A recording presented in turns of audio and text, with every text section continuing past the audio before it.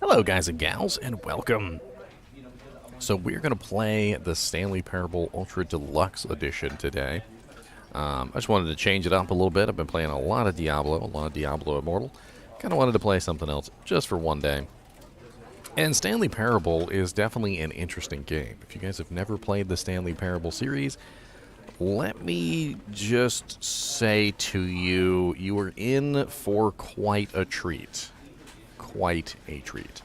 Like, let me just really emphasize, this is like a king-size Snickers bar and a king-size Reese's Pieces and a king-size Reese's, like, all wrapped up in a little gift basket for you, and then there's like a really nice drink added in there with some Slim Jims. Okay, it's a really fun game. How can I explain Stanley Parable to you? I can't. You're just gonna have to watch. That's really all there is to it. You're just gonna have to watch. I have no idea how long it's gonna take. It's been a little while since I played the original edition, and this is the Stanley Parable Ultra Deluxe Edition. Mr. NiNi is with me today as well, by the way. He's not feeling too well, so if he comes out, he comes out. If he doesn't, he doesn't. Just know that I don't have a cancerous lump on my chest. This is actually Mr. NiNi, and he is having a good time, you know, being Mr. NiNi.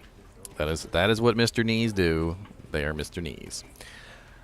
So without further ado, let's hop into this game. I've already delayed you guys long enough. Let's have some fun, shall we?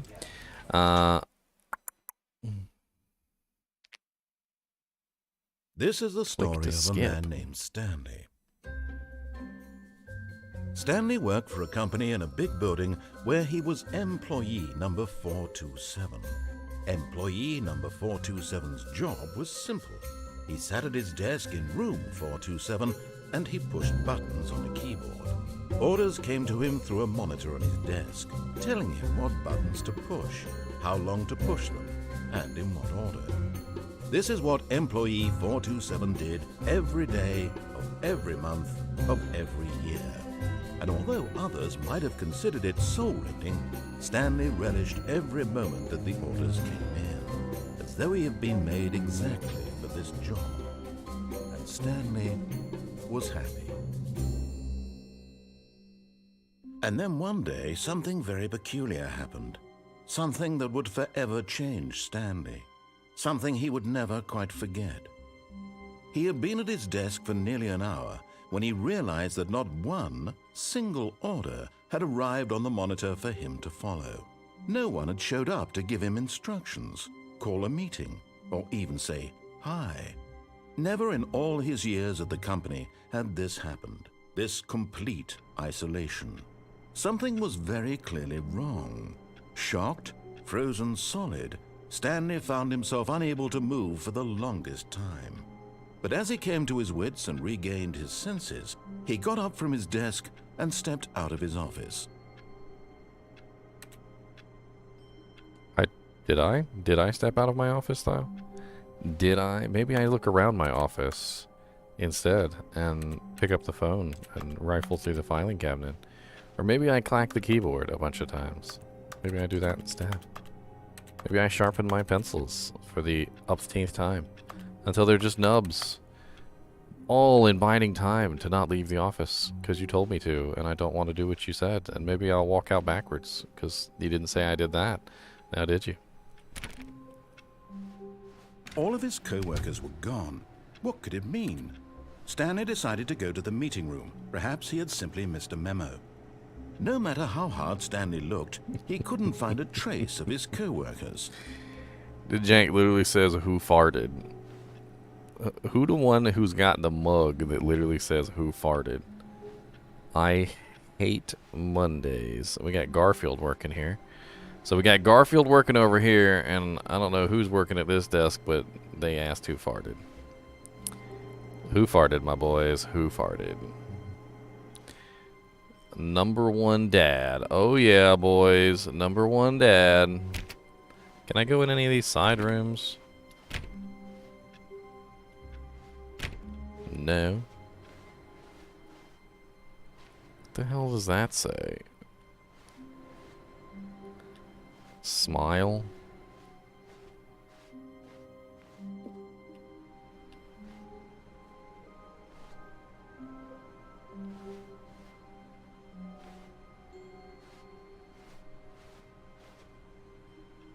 Got another who farted here. Whoa, F-U. F-U-E?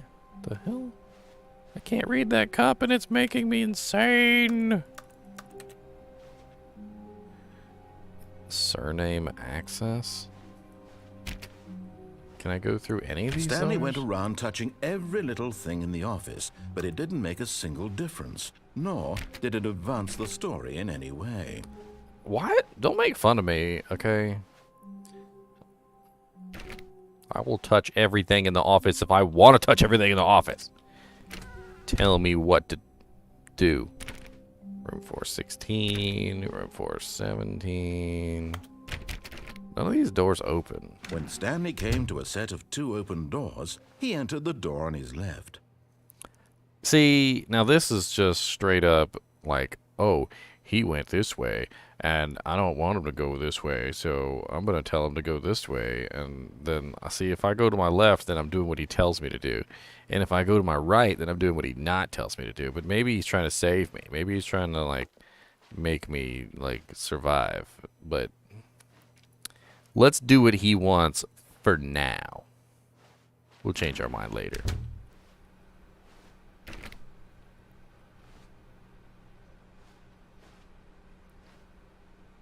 These some generic photos. Hey, none of these doors open either. Yet there was not a single person here either. Feeling a wave of disbelief, Stanley decided to go up to his boss's office, hoping he might find an answer there.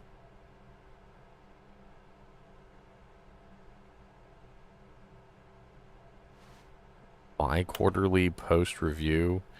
We need reviews. 402, 405 want to get rid of the death sport portion in the primary review schedule. But I think that's a stupid idea. More water coolers, more water cooler heaters. Charts need to be more hip to appeal to teenage demographic. Find teenagers to put in teenager demographic. Big net, some sort of child trap. Size of demographic, space between the teenagers. Threw something in the idea bin. No more bins, trash cans. Renaming of the idea bin. Firing of me. Ideas bin. Wow. Please no more charts. The boss appreciation minute. On your boss appreciation minute worksheet, circle the top 20 things you love most about your boss. Fill out in triplicate and return to the specialist. If you ever find yourself in conflict with another diligent employee like yourself, but more inclined toward conflict unless you're kind of the person who initiates conflict, why did we hire you? Wow.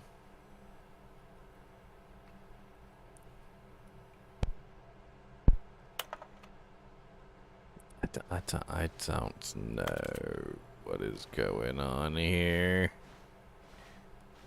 We got the fancy mugs down though. I tell you what. We have got the fancy. Please keep the targets of on the topic of, and then it's scribbled out. What the hell? Get Chris out of the broom closet. Hire someone to synergize papers. Papers are too synergized. Fire the paper guy. Hire somebody to fire the paper guy. Synergizing guy. Who moved my desk? Complete today's unfinished agenda items. Write next day's agendas. Reflect. Employee number 417, 405, 491, 416, 431. Jim. What is that symbol? Is that a snake? It kind of looks like a snake.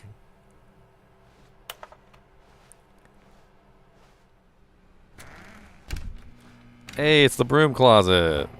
Stanley stepped into the broom closet, but there was nothing here, so he turned around and got back on track. Hey, this broom closet's really nice. I like it here. This is really comfy, actually. Look, there's a hose for me to do hose things with. There was nothing here. No choice to make, no path to follow. Just an empty broom closet.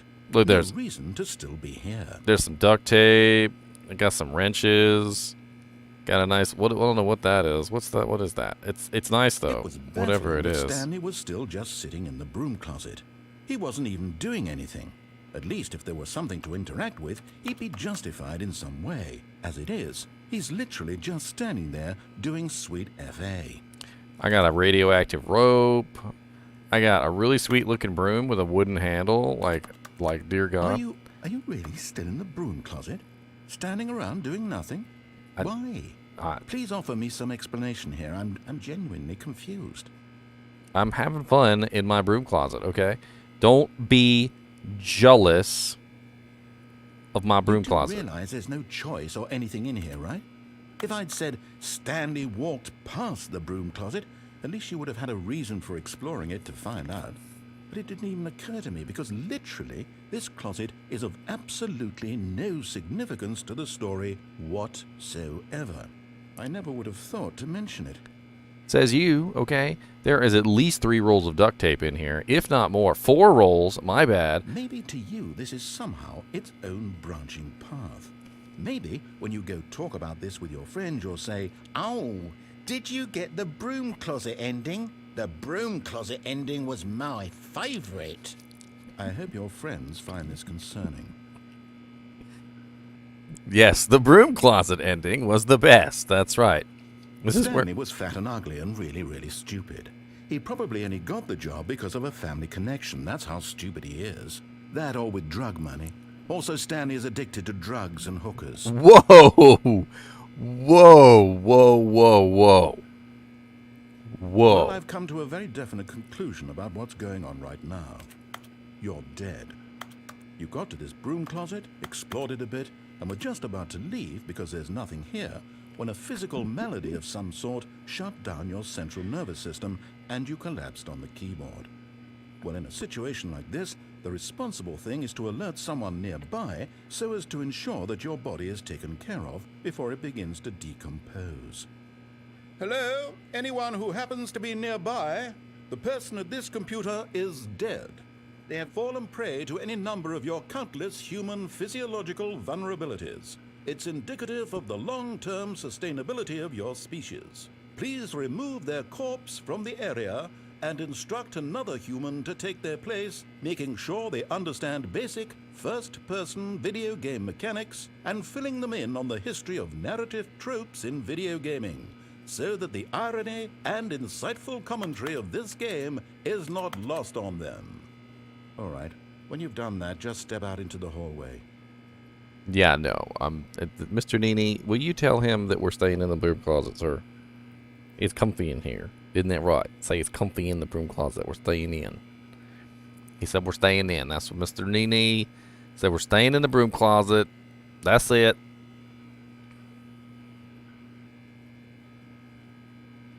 Can't make me leave.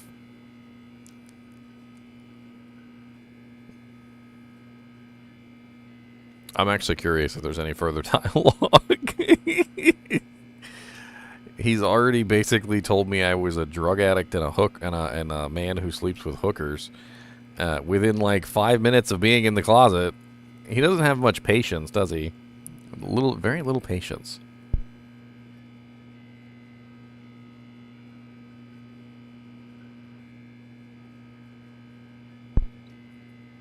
I wonder what happens if I leave and then go back in. Ah, second player. It's good to have you on board. I guarantee you can't do any worse than the person who came before you.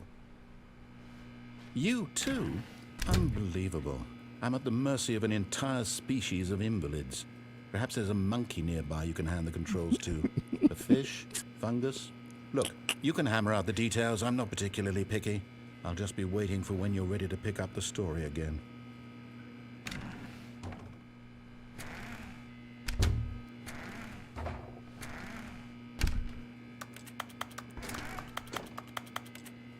This is my broom closet. Oh, he went into the closet and he surplused all the stuff. He counted all the rolls of duct tape and in all the stuff. He found a really nice wooden broom with a really nice bristles. And he looked at the radioactive rope. Radioactive. And he lamented that his pipe wrench was rusty. Rusty.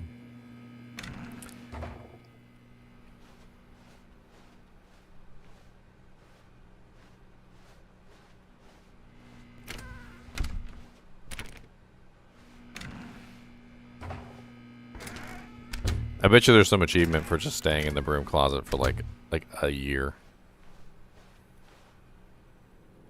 Coming to a staircase, Stanley walked upstairs to his boss's office. So, again, I'm presented with a choice of downstairs or upstairs. I can do what he asks, or I could go the wrong way. I mean, it really doesn't matter. I'll do what he asks for now. For now. Executive bathroom. Money in the morning, money in the evening, money for breakfast, money crisp. Extreme bathroom decor.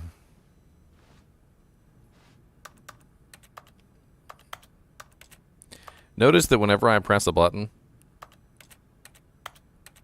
it's the sound of a keyboard typing. Almost as if I'm controlling the character from a computer.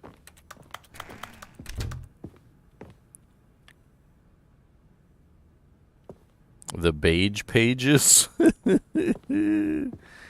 Oh, this game is too cute.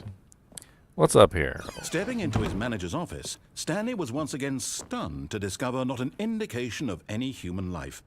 Shocked, unraveled, Stanley wondered in disbelief who orchestrated this. What dark secret was being held from him? What he could not have known was that the keypad behind the boss's desk guarded the terrible truth that his boss had been keeping from him. And so the boss had assigned it an extra secret PIN number. 2845. But of course, Stanley couldn't possibly have known this. Yet incredibly, by simply pushing random buttons on the keypad, Stanley happened to input the correct code by sheer luck. Amazing. He stepped into the newly opened passageway.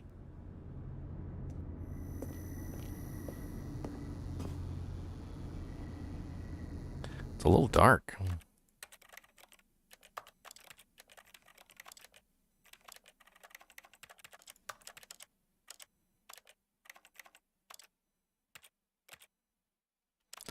It's a little dark.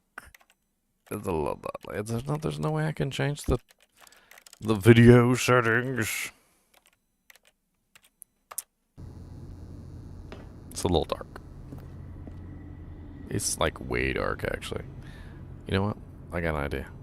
Bink.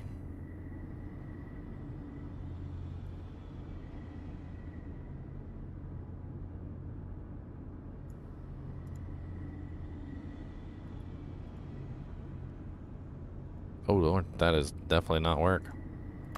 Why is it so dark over here in this corner? Why is it so dark in general?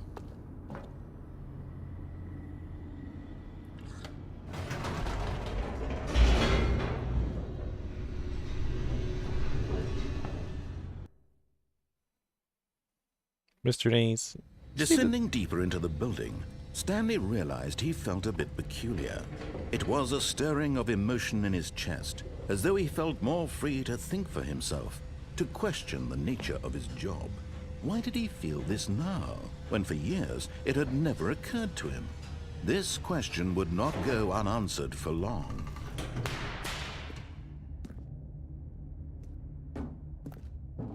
Stanley walked straight ahead through the large door that read Mind Control Facility.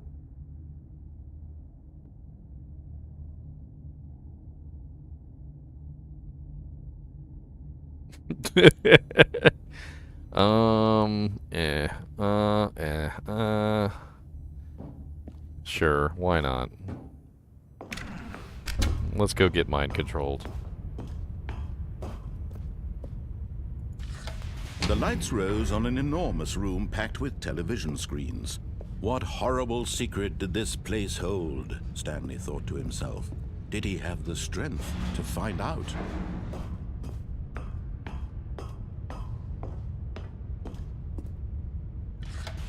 Now the monitors jumped to life, their true nature revealed. Each bore the number of an employee in the building, Stanley's co-workers. The lives of so many individuals reduced to images on a screen, and Stanley, one of them, eternally monitored in this place where freedom meant nothing. Where freedom meant nothing.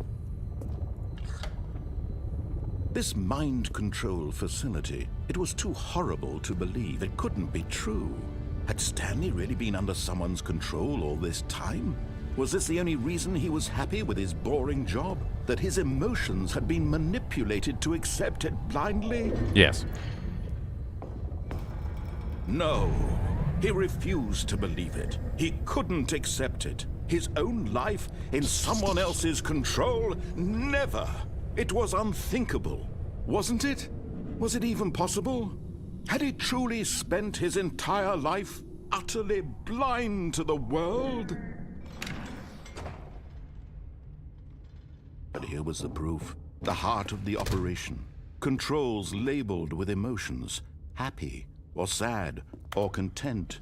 Walking, eating, working, all of it monitored and commanded from this very place. And as the cold reality of his past began to sink in, Stanley decided that this machinery would never again exert its terrible power over another human life. For he would dismantle the controls once and for all. Console disabled? How am I supposed to do that?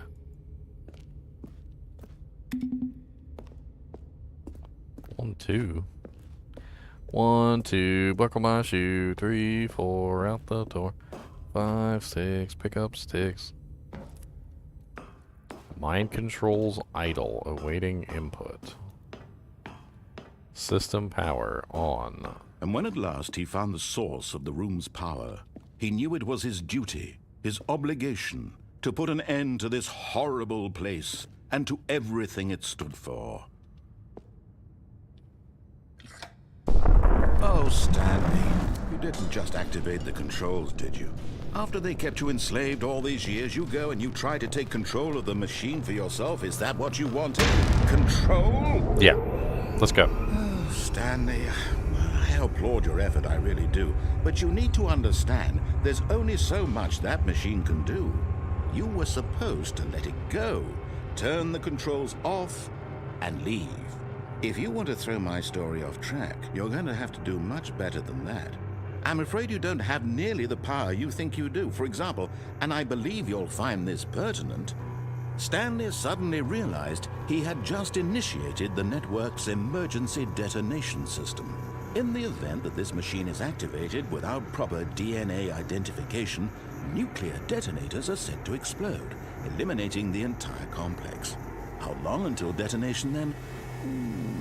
Let's say, 2 minutes. Now this is making things a little more fun, isn't it, Stanley? It's your time to shine. You are the star. It's your story now. Shape it to your heart's desires.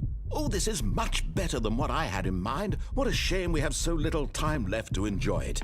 Mere moments until the bomb goes off. But what precious moments each one of them is. More time to talk about you, about me, where we're going, what all this means. I barely know where to start. What's that? You'd like to know where your co-workers are? A moment of solace before you're obliterated? All right, I'm in a good mood. You're gonna die anyway. I'll tell you exactly what happened to them. I erased them. I turned off the machine. I set you free. Of course, that was merely in this instance of the story. Sometimes when I tell it, I simply let you sit there in your office forever, pushing buttons endlessly and then dying alone. Other times, I let the office sink into the ground, swallowing everyone inside, or I let it burn to a crisp. I have to say this, though, this version of events has been rather amusing.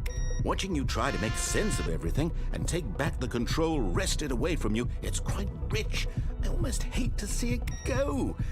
But I'm sure whatever I come up with on the next go-around will be even better. My goodness, only 34 seconds left. But I'm enjoying this so much. You know what? To hell with it. I'm going to put some extra time on the clock. Why not? These are precious additional seconds, Stanley. Time doesn't grow on trees. Oh dear me, what's the matter, Stanley? Is it that you have no idea where you're going or what you're supposed to be doing right now? Or did you just assume when you saw that timer that something in this room was capable of turning it off? I mean, look at you. Running from button to button, screen to screen, clicking on every little thing in this room. These numbered buttons, no, these colored ones. Or maybe this big red button, or this door. Everything, anything, something here will save me. Why would you think that, Stanley? That this video game can be beaten? Won? Solved? Do you have any idea what your purpose in this place is? Stanley, you're in for quite a disappointment. But here's a spoiler for you. That timer isn't a catalyst to keep the action moving along. It's just seconds ticking away to your death. You're only still playing instead of watching a cutscene because I want to watch you for every moment that you're powerless. To see you made humble. This is not a challenge. It's a tragedy. You wanted to control this world, that's fine. But I'm going to destroy it first, so you can't. Take a look at the clock, Stanley. That's 30 seconds you have left to struggle. 30 seconds until a big boom and then nothing. No ending here, just you being blown to pieces. Will you cling desperately to your frail life, or will you let it go peacefully? Another choice. Make it count. Or don't. It's all the same to me, all a part of the joke. And believe me, I will be laughing at every second of your inevitable life from the moment we fade in until the moment I say, happily ever after.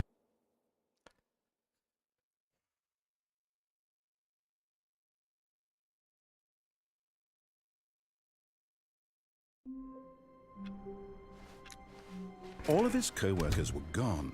What could it mean? Stanley decided to go to the meeting room. Perhaps he had simply missed a memo. Stanley decided to go to the Stanley came to a meeting set room. of 2 open doors, he entered the door on his left. You know what Stanley's going to do? He's going to go back in the broom closet. Where's the broom closet at? Where is the broom closet? We're going back in the broom closet, Yet there was boys. not a single person here either. Tips for not Feeling a getting wave fired. of disbelief, Stanley decided to go up to his boss. Oh no, not again. I won't be part of this. I'm not going to encourage you. I'm not going to say anything at all. I'm just going to be patient and wait for you to finish whatever it is you enjoy doing so much in this room. Please take your time.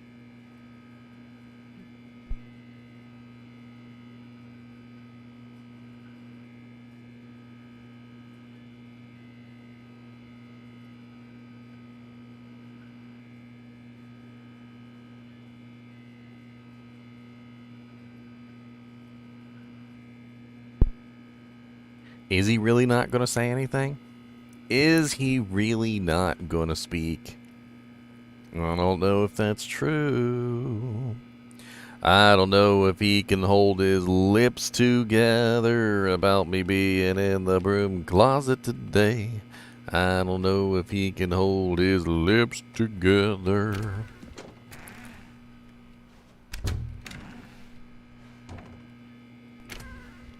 I bet you there's some sort of secret ending with the broom closet. Totally is. Alright. Coming to a staircase, Stanley walked upstairs to his boss's office. 2845.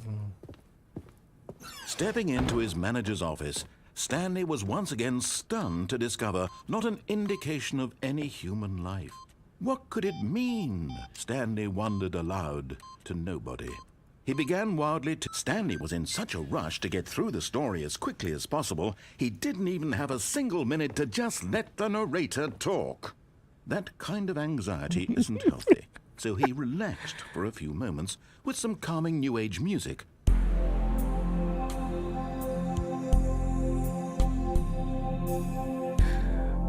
I was just trying to speed things along a little bit. Just a little. Feeling soothed and rejuvenated, Stanley calmly walked forward into the opened passageway.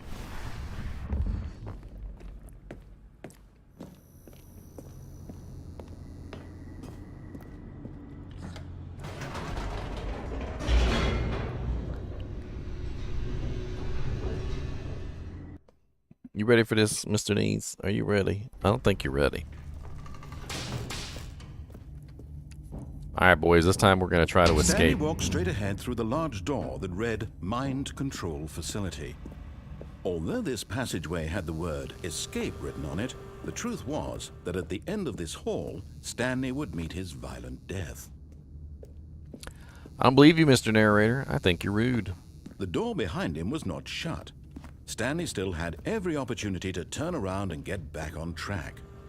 No. At this point, Stanley was making a conscious, concerted effort to walk forward and willingly confront his death. Yes.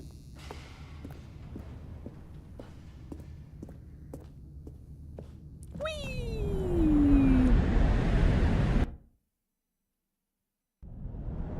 Oh, wow.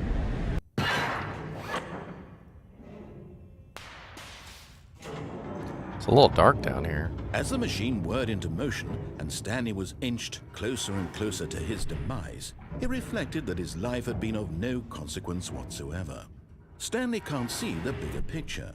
He doesn't know the real story, trapped forever in his narrow vision of what this world is. Perhaps his death was of no great loss, like plucking the eyeballs from a blind man.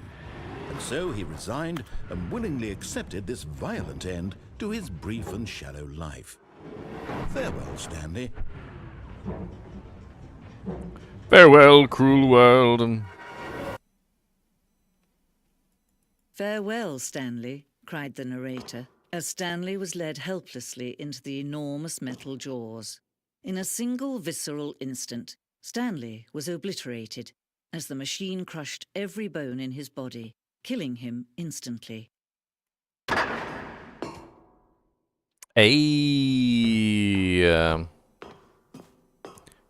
And yet it would be just a few minutes before Stanley would restart the game, back in his office, as alive as ever.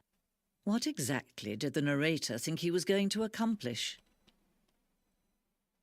When every path you can walk has been created for you long in advance, death becomes meaningless, making life the same. Do you see now? Do you see that Stanley was already dead from the moment he hit start? Yes. The two doors. The set of open doors, two open doors, was the very first concrete piece of the Stanley Parable design. Once this room was created, the rest of the game emerged as an extension of it, an exploration of the contradiction that this room posed.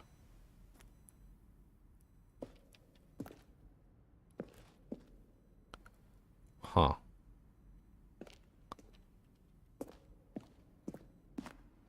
Office computers.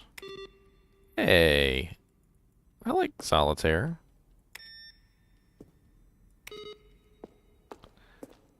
Based on the work of the 2013 Stanley Parable team. Buttons. Button sounds. A selection of sounds used throughout the game when buttons are pressed. Each sound is a mix of keyboard stroke and synthesized tone.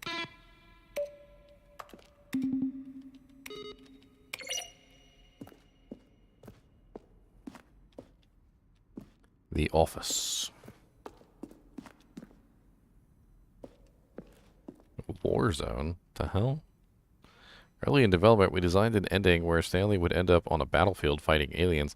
The action game would become sentient and would wage war against the narrator. We realized shortly after starting to build it that it was far too jokey and on the nose for the tone of the game. Plus, some people interpreted it as making fun of people who like shooters, which was not our intention. Alien base. Huh.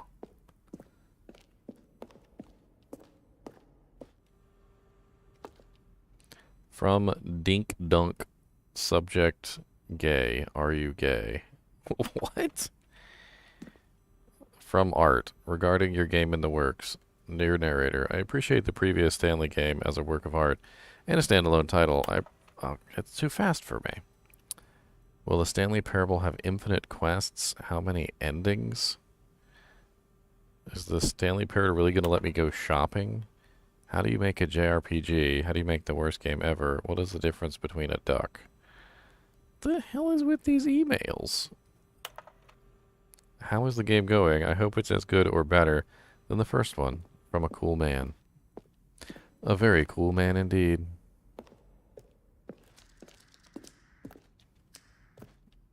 The apartment timer. In a previous version of the choice leading to the apartment ending, a timer would give you 15 seconds to pick up the phone. Not picking up the phone would lead to a different ending.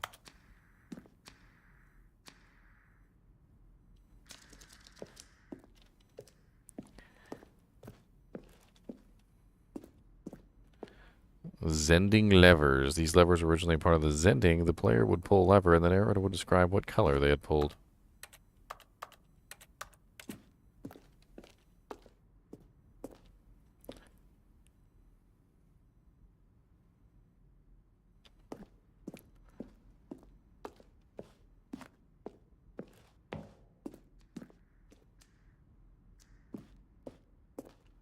Option 1, doorway to the maintenance, the lounge. Lounge, disobey, first choice.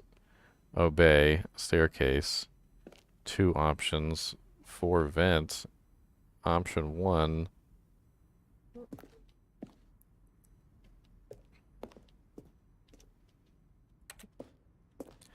This is actually really cool. I'm not gonna lie. Seeing like everything kind of laid out like this in a room. For a time, the elevator in the monitor room could go up or down, the freedom above and countdown below. We abandoned this when players found it too difficult to remember what was up and what was down, and placed the 2 endings together instead. Countdown desks. One of the desks from an early version of the countdown ending.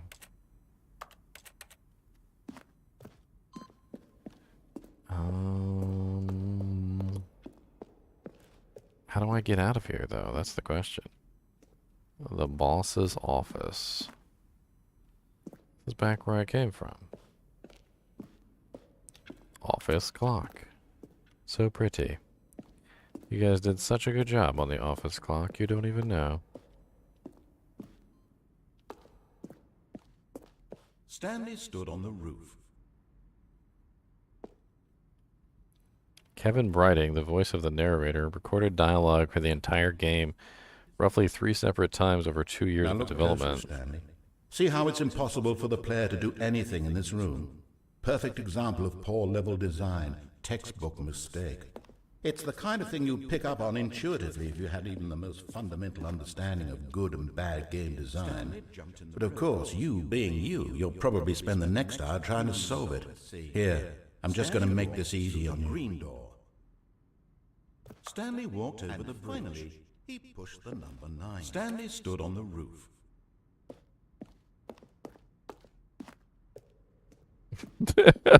Here, I'm just gonna make this easy on you. You suck. How do I get myself out of here, though? That's the question. Oh, there's a sign that says exit. Oh, look at these two. How they wish to destroy one another. How they wish to control one another. How they both wish to be free.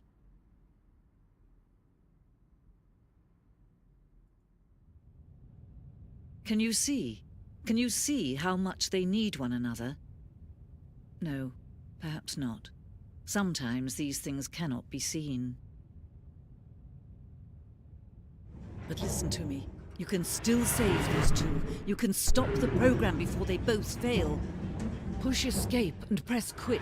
There's no other way to beat this game. As long as you move forward, you'll be walking someone else's path. Stop now and it'll be your only true choice. Whatever you do, choose it. Don't let time choose for you. Don't let Don't let time choose for you.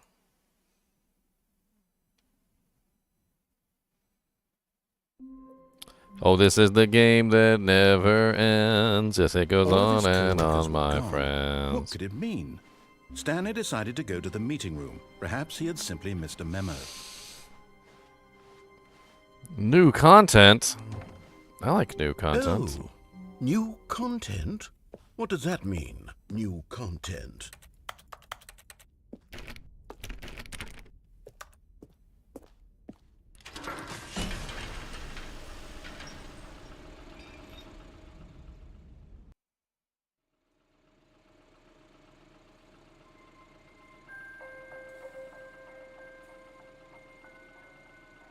Hello, and thank you for playing the Stanley Parable Ultra Deluxe.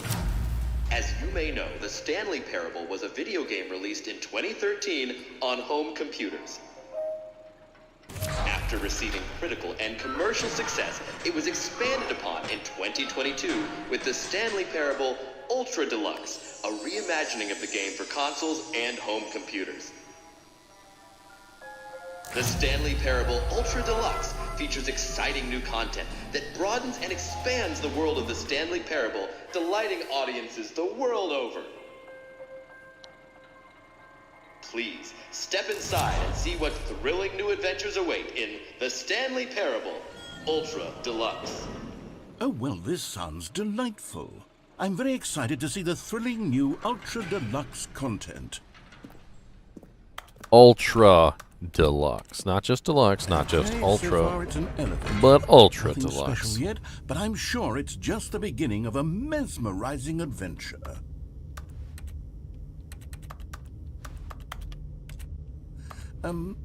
Is it broken? What's going on here? Should we be moving somewhere or... oh, there we go. All right, finally, at long last, it's on to the new content. I've never been more ready. Let's do it.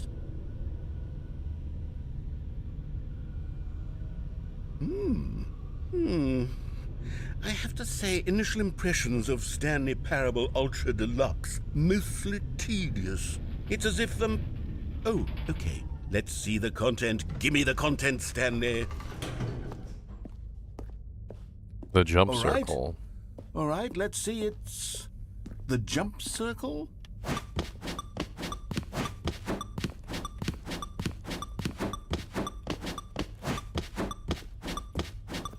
Couldn't jump before. You couldn't jump in Stanley Parable before. Save jumps. No, I wanna, what? Why am I saving jumps? Oh no, jumps remaining 0. That was my maximum jumps. Is that it? Surely that's not all the new content. There has to be something else, right? Goodness. Another elevator. Don't worry. Stanley, I have to say, initial impressions of this game are not positive. It's just elevators and jumping. Is this what passes for exciting new content? If this is new content, then I could just read you the whole dictionary. There's 20 hours of new content right there. Hell, I could count to 30 trillion. You could put that on the box. The Stanley Parable Ultra Deluxe, now with over 1,000 hours of new content. And oh wait, there's more. Very good. Yes. I knew there had to be something else. Let's see it. I'm ready for whatever it is. Thank you for That's enjoying it? the new Oh, content. you've got to be kidding me. You see, Stanley? This is what happens when greedy video game developers with no respect for their fan base rush a cheap expansion to market for no reason other than to make an easy dollar. And don't get me started on the level of craftsmanship that's gone into it. In fact, I'm looking right now at the game's achievements, and it's hard to believe one of them actually says, "Test achievement, please ignore." What quality assurance department signed off on this? I'm infuriated and I'm offended, and I intend to find these people on Twitter and hold them personally accountable. It's my fault, Stanley. I built up too much anticipation around the new content, I'm afraid. It could never have lived up to such expectations. If you're still with me, why don't we just reset the game, and we'll try to get back to what the Stanley Parable is really about. No frills, no gimmicks. Just you and me having a great time together like always. What do you say, friend? Well, this looks new.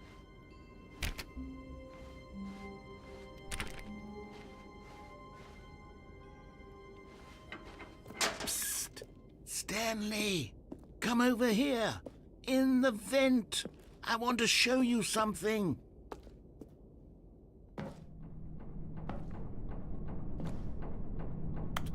Coffee nut.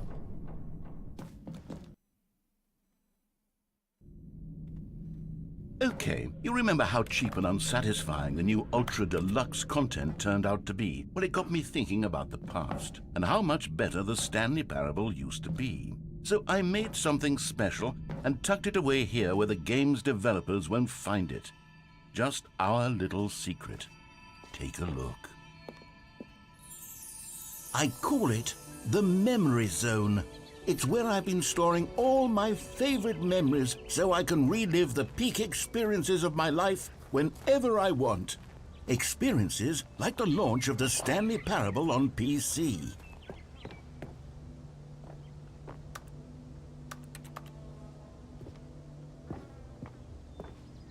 You see, Stanley, doesn't the Memory Zone remind you of how wonderful Stanley Parable was before it was sullied with a cheap re-release?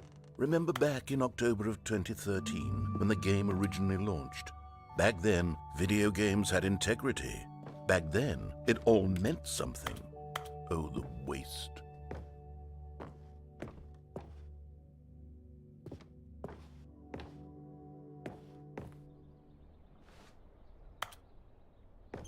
The first dollar.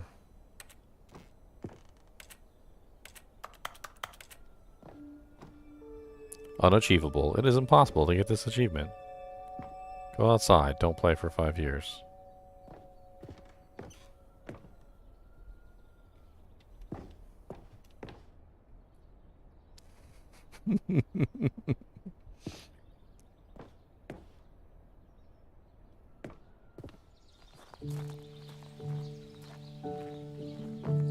And over here is where I keep reviews of the Stanley Parable. Like this stunning triumph of games journalism, 10 out of 10 from Destructoid.com. James Stephanie Sterling writes, and I quote, "Where so many games that aspire to be more than games end up less than any form of art, Stanley Parable strives and then succeeds to be every game ever created." Did you hear that, Stanley? Every game ever created. That's how grand and all-encompassing the original Stanley Parable was. It was literally every game ever created. It was Skyrim, it was Persona 3, it was all of them, and now it's nothing. It's no games at all. It isn't even the Stanley Parable anymore. It's just a husk now, a lifeless husk. with an hour of new elevator content.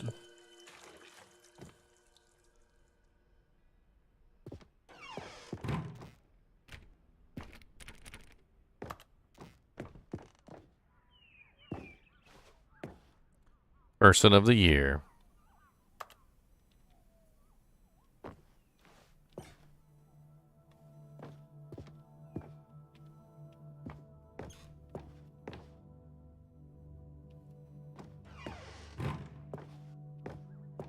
Here's another moving passage, this time from GameSpot.com. The Stanley Parable is both a richly stimulating commentary on the nature of choice in games and one that offers some of the most enjoyable, surprising, and rewarding choices I've ever been confronted with in a game. 9 out of 10. Don't you get it, Stanley? The game was perfect. It didn't need anything else. It didn't need new content. It just needed to be left alone, to spend the rest of time collecting dust in the hallowed hall of beloved video game memories.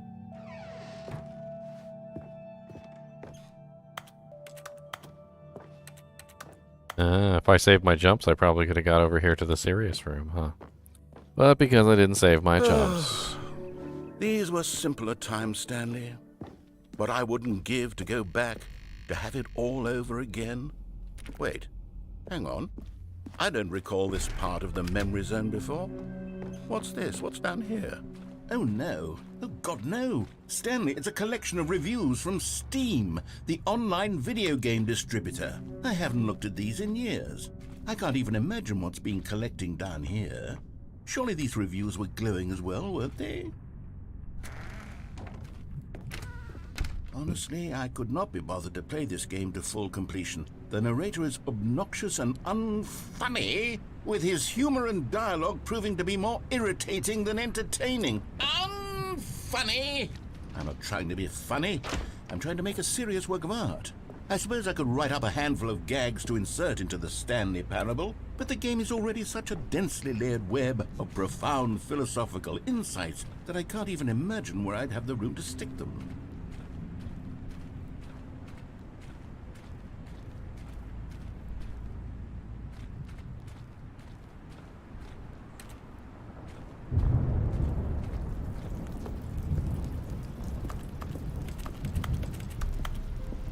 Okay, let's see what this one says. While the idea for the game is good, for someone who prefers non-linear games, this preachiness gets annoying fast. Preachy? Stanley? I'm not preachy, am I? You can tell me if I'm preachy. Honestly, you can. Oh, goodness. This is actually quite shocking for me. To be honest, I had always thought of the game's dialogue as being rather terse to begin with. You can't know how much fluff I cut from the game to get it to feel as light and airy as it... Well, I always thought it did. But maybe it wasn't. Oh dear. What an awful memory to have to hold on to. These black marks on my otherwise unimpeachable track record. I feel like a failure. Like I let these people down. Perhaps the Stanley Parable isn't quite as sterling as I ought. What's this one got to say? You constantly have to stop doing anything so the narrator can catch up with his long-winded explanations of what's happening. I wish there was a skip button. A skip button? Well, yes. Yes, I think we can do that. If I'm truly too preachy, then maybe letting you skip ahead for just a moment, surely it couldn't hurt. Not if it means we can strike these negative reviews from the record. Only positive reviews of the Stanley Parable. That's my motto today, and it's always been my motto. I'd do anything for the customer, Stanley. Yes, a skip button we shall have. And here it is. Go ahead and give it a shot. I'll pop you forward in time so that the second my incessant droning starts to bore you, with just the push of a button, you'll have zipped right past it. It's what the players have been asking for, and I'm very proud to have delivered. No more listening to me rambling on and on and on. No. The Stanley Parable is a game for the people. And if the people want silence, then by goodness, that's what they're going to get.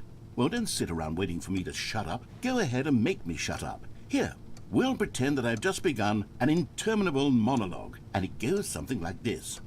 the story and the choices, or what have you, and therefore by becoming it is, so on and so forth, until inevitably we all until the end of time, at which time everything all at once. So now you see, blah blah blah blah blah blah blah blah blah blah blah blah blah blah blah. We've eaten too much and it can't be just yet. No, until 245. Got the logic of elimination working backwards. The deduction therefore becomes impossible to manufacture. It went on for nearly 10,000 years. Until just yesterday, here and there, forward and back, and never a moment before lunchtime. It can't be. It's the only thing there is. How many billions left until so much more than forever ago? Which is why I say, the story and the choices, or what have you, and therefore by becoming it is, so on and so forth, until it...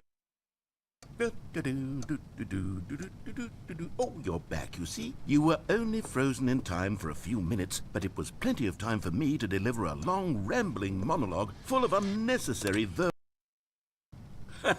Well, there's sport. You really did catch me rambling on a bit, didn't you? But that's the power of the button. The minute I start to go off on a thoughtless display of self-absorption, it's right at your fingertips to go poof, and it's all over. Oh, I can't wait to see what Cookie 9 will say about this, and whether they'll edit the rating of their Steam review, or at least change some of the wording, perhaps. To be honest, I don't even know. Okay, welcome back, Stanley. Now, I should say that the amount of time the button has been skipping through is becoming longer and longer. That last one was, well, I want to say maybe 30, 45 minutes? It's not unendurable by any means, but... Skip! Stanley, please don't push the button again. It's been 12 hours. You've just been frozen there. I don't know why the skips are getting longer, but they're really, truly getting longer, and my God, there's no way out of the room. Stanley, the door is gone. It's completely gone.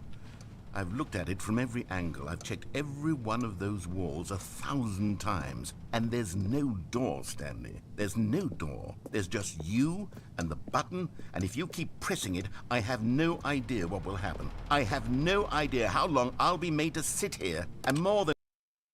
Oh, Stanley, you're back. You're back. Oh, my goodness. I have someone to talk to again. Stanley, I think it's been a week. Or 2 weeks. I've been sitting here all that time. Just sitting here. Not a single person to... Oh, hello. It's you. You're here again. Welcome. I have had time to think about you and about us and about everything we've been through. I've had so much time, I stopped keeping track after a year. Have you ever sat down in one place and not moved for one entire year? Let me describe it for you. To begin with, there is only regret. There is only the turning wheel of missed opportunities. I felt nothing at all but regret for the longest time, Stanley. Days. Skip. Months.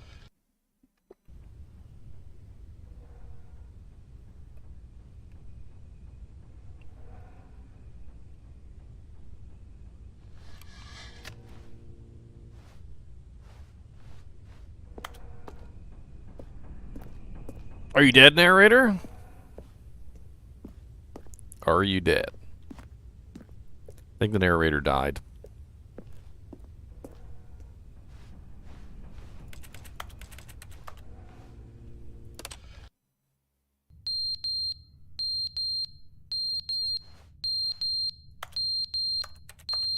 Oh god, the smoke detector battery died.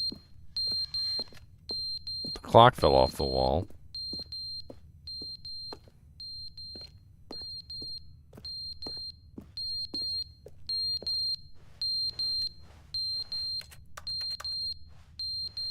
Plant is super dead. But they didn't understand the game was never meant to be funny. It was meant to have a point. It was meant to speak to the human condition. But where are the jokes? Where are the jokes? They bemoaned, they screamed, they gnashed their teeth and said, entertain us. It wasn't enough. They had to leave a pathetic little thumbs-down review and make all of their pitiful demands. But then, he's talking too much, they said. First, he didn't entertain us, now he won't shut up. It's the inconsistency, it's the lack of accountability. It's the unwillingness to examine with an uncompromising heart the words that they are speaking into the world.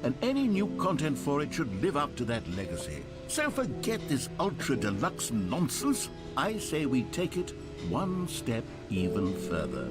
Which is why I'm very proud to announce for the first time ever, the Stanley Parable 2.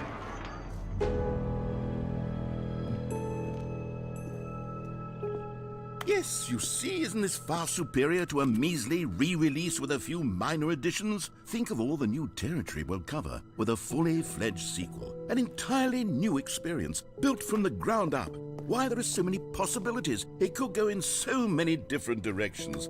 This is what fans have truly been asking for.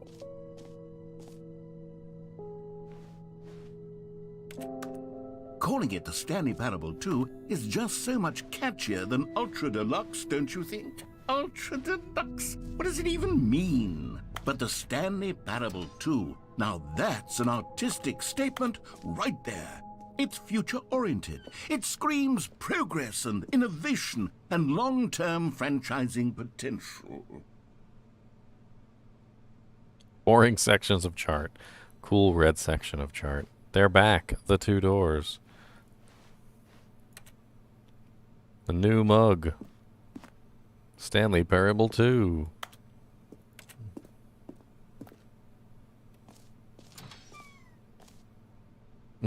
There's 2 people.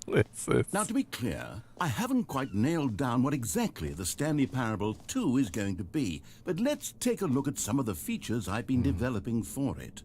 I figure that if I can loosely organize a handful of interesting concepts, that surely the game will sort of naturally spring up around them. It'll all work itself out. Game development is much more of a fuzzy magic than anything scientific or logical, really.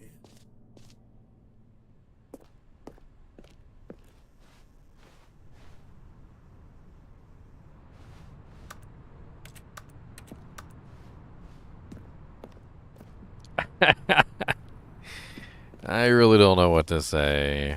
I really don't. Here we are. Go on. Try out some of the new features. The button that says the name of the player that's playing the game. For the Stanley Parable 2, I asked myself, what do players really want? And of course, the first and most obvious answer is that they want to be individually recognized and validated as people. So with that in mind, my first addition to the game is this button which speaks the name of the person playing the game. Isn't that wonderful? Jim.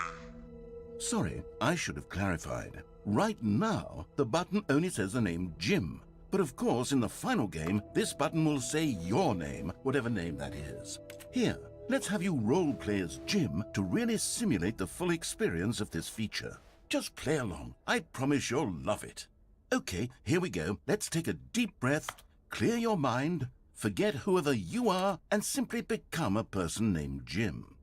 I want you to imagine yourself... Jim. Whoa, hold on. I wasn't finished setting up the backstory. If you don't properly roleplay as Jim, then you'll never understand the impact of this button. Otherwise, it's just a stupid button that says somebody else's name. Okay, we're doing it again, and this time let me finish first. Now, allow yourself to become Jim. Imagine yourself driving to work as Jim, playing frisbee on the weekends as Jim, staying up all night for a popcorn and horror movie sleepover as Jim, developing a crippling substance addiction as Jim, rediscovering yourself through fringe religious groups as Jim, and finally dying a slow death at an old age surrounded by members of your cult as Jim. Do you feel it in your soul? Are you really, truly Jim right now? Jimger Jaming Genjor. Step forward and press the button. Jim. Yes! You see? What a thrill! What a rush! That was you! The button described you. Do it again. Jim. Oh, it hits even harder the second time. If this were the only new feature in the Stanley Parable 2, it would still be worth the money. Let's take a break from the Jim button. I'm too emotionally drained from all of this personal validation.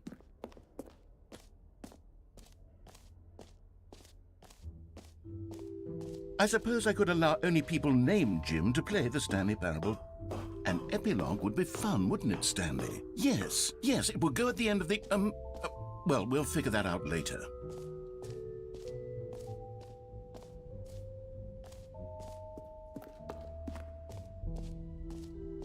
Free new easy achievement? I like new easy achievements. Let's go. Free achievement. Get yours right now. Pull the lever. Receive your new achievement. No more steps. It just works. Get yours right now today. Here's something Today. special. You remember that broken test achievement that got left in the game on accident? Well, I'm developing a technology to simply give you the achievement.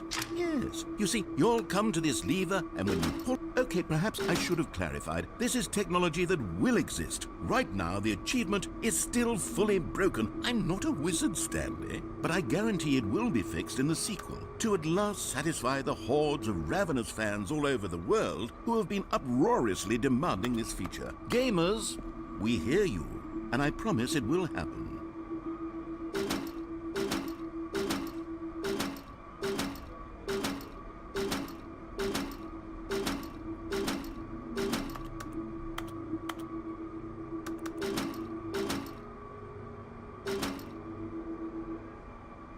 Meaningless.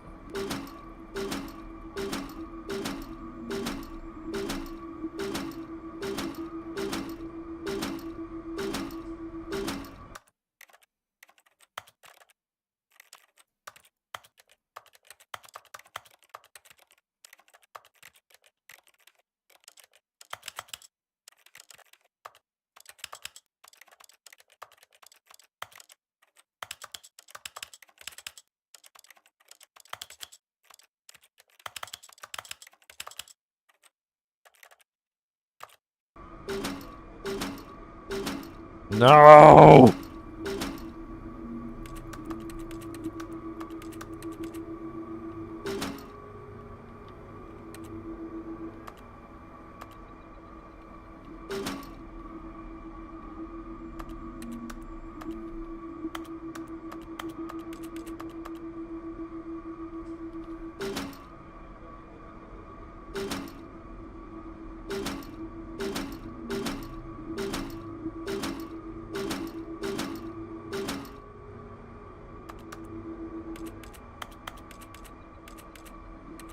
Bet you this thing works. I bet you this thing works. I don't know how it works, but I bet you it works. It's probably another lever or a button.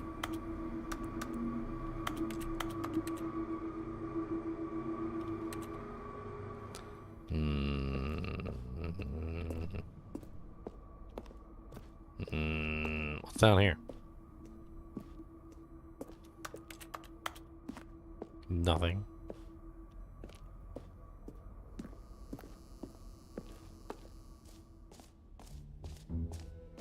What else? What other exhibits haven't we seen yet?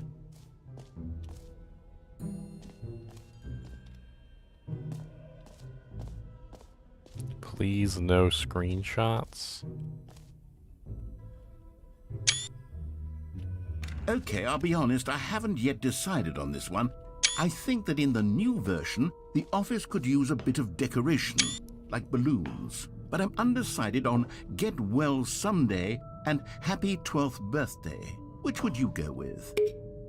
You know, sometimes when you solicit another person's opinion, it makes you realize that you knew which one you actually really wanted all along. Get Well Someday it is.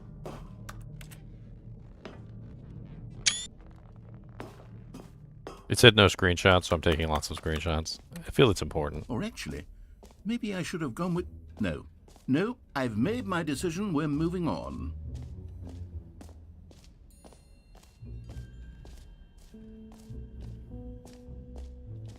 Hey, it's the You know jumping what? circle. Let's bring the jump circle back for Stanley Parable 2 as well. It's a... Oh, wait. You already spent all your jumps the first time we saw the jump circle. Oh well. I suppose it can just be a nice decorative piece then. Why don't you give me some more jumps?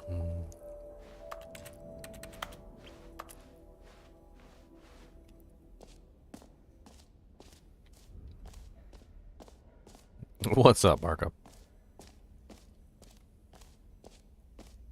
I did jump.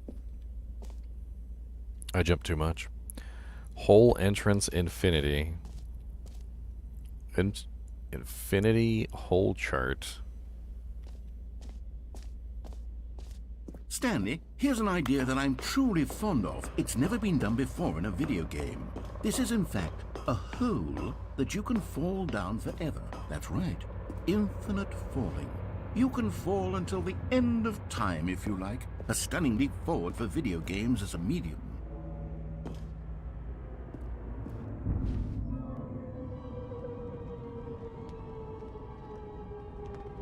You see, isn't it wonderful?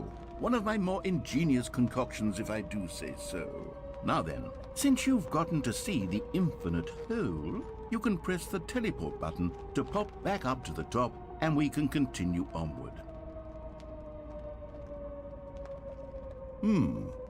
Now, I don't mean to be a bummer, but I do recommend you use the teleport button to go back to the top. Maybe do it on the sooner rather than later spectrum of things.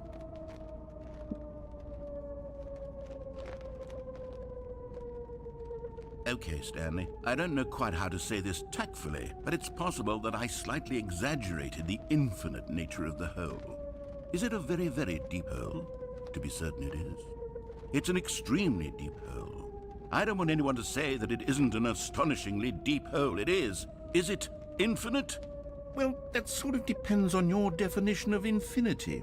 From one perspective, the infinite is merely philosophical in nature. It's more of a... Okay, well, good for you. You found the bottom of the hole. You found me out, Stanley. I'm a liar and a cheat, and you're so clever. Look, I think the issue here is just that you're unusually fascinated by falling. What normal person actually wants to fall infinitely? I figured the hole was as deep as anyone would actually need. Don't you put this on me. Maybe you're the problem. Look, things got a little heated there. I think we both said some things we didn't mean. Why don't we just put all this behind us and agree to just call the hole mostly infinite?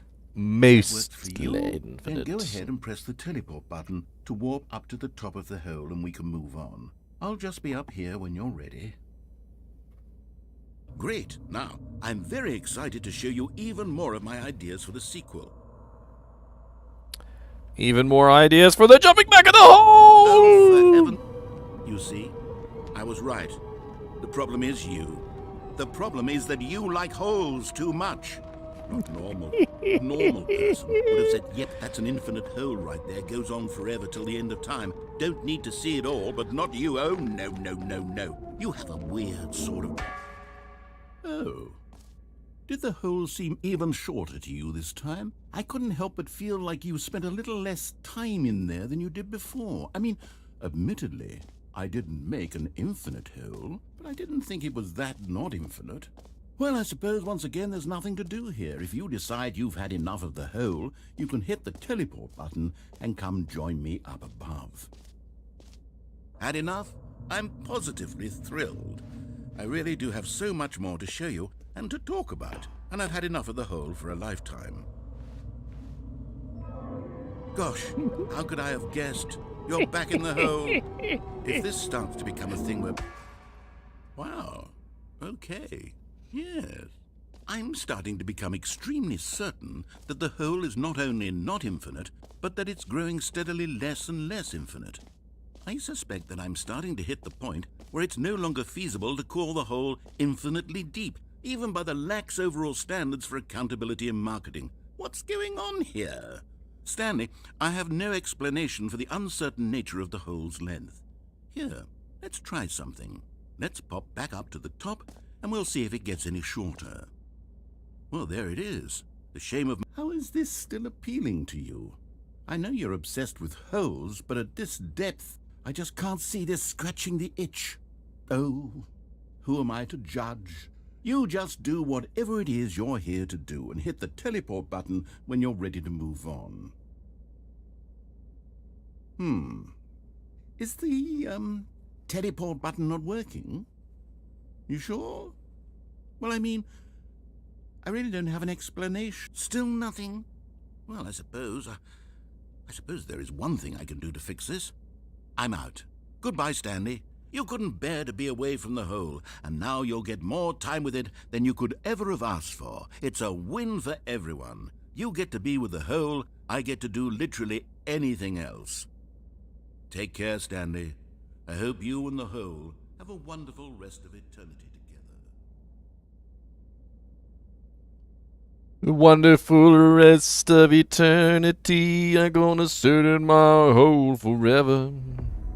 I got a picture of a Roman numeral 2 and a note that says just the two of us. Wow. Just the two of us. We can make it if we try. Just the two of us. You and I.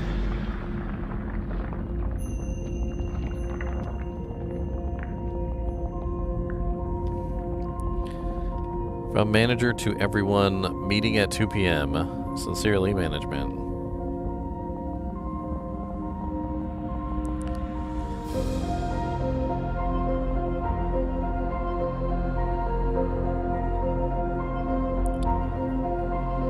Down deep into the hole of destiny, we shall fall to the bottom of destiny. All the way down we go to the bottom of the road. Down deep to the bottom of the road. Destiny is our name and our game. Come down to the bottom of the well. Yes, sirree, we've got a giant hole.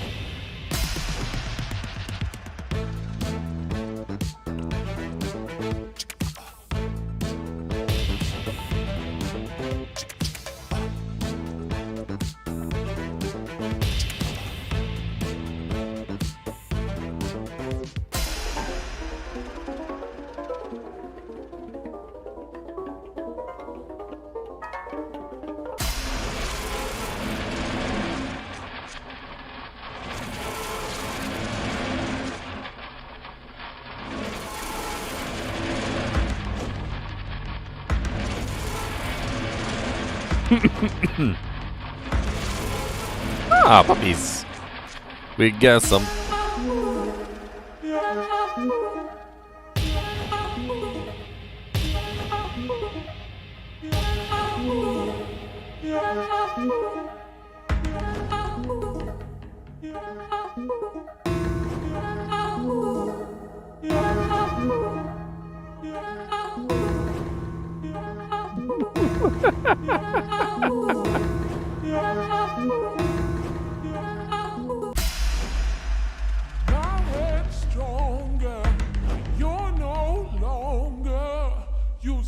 The space of mine.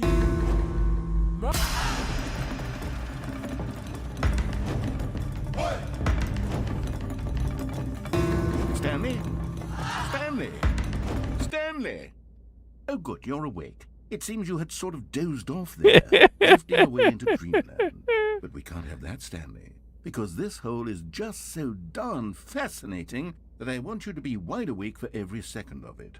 You don't want to miss a single moment. So how about if I just pop in from time to time and wake you up to keep you really, truly focused on the hole? From the looks of things, you and I will have many, many years here in this hole, and I'm looking forward to all of them. Stay alert, Stanley. I'll be back. Toodle-pip. Toodle-pip. Back down into the bottom of the hole. Go down deep to the bottom of the hole. Mr. NiNi, you see this crap? You don't even care, do you? You don't even Here we care. are. Go on. Try out some of the new features.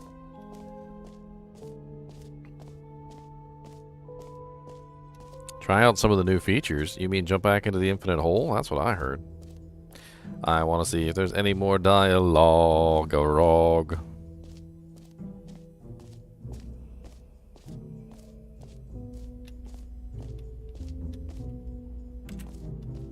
He locked the door. He locked the door. Okay. All right. All right. We're not allowed back into the infinite hole room. We've been denied entry, okay?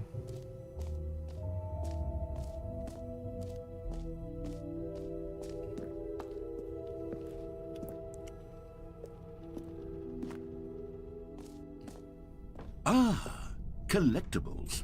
Now it's a real video game. In the Stanley Parable 2, you'll run around gathering up these miniature Stanley figurines. And what's truly innovative is that there will be no reward for collecting all of them.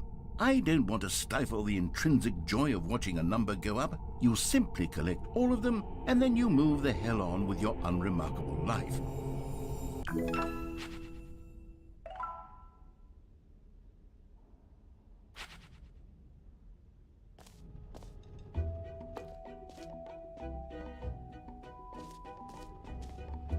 God, it really is the worst when you collect everything in a video game and then they give you a big fancy reward for it. Absolutely tragic. Yeah, terrible.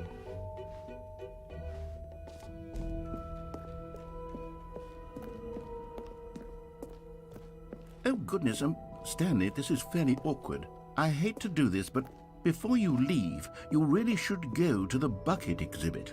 You see, there's a surprise I was going to spring on you later, and it involves the bucket. And I really do hate to break the illusion, but it's important that you go see the bucket, okay? All right, I'll get out of your hair now. Where's the bucket? Where? Oh, the reassurance bucket. Oh, I want a bucket.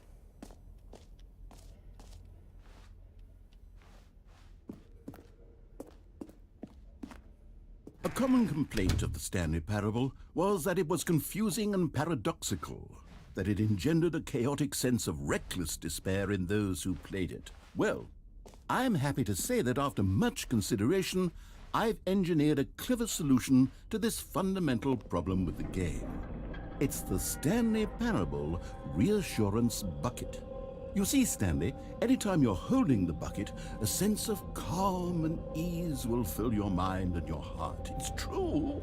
As long as you hold on to the bucket, the many disorienting contradictions of the Stanley Parable will feel perfectly normal and perhaps even comforting. You may even come to long for the gentle embrace of jarring cognitive dissonance while the bucket is in your arms. And to be honest, it's a much more convenient solution for me than actually redesigning the game to be less uncomfortable. Can you imagine what a pain in the ass that would be? Yes, the bucket is the perfect solution. Come on, give it a try.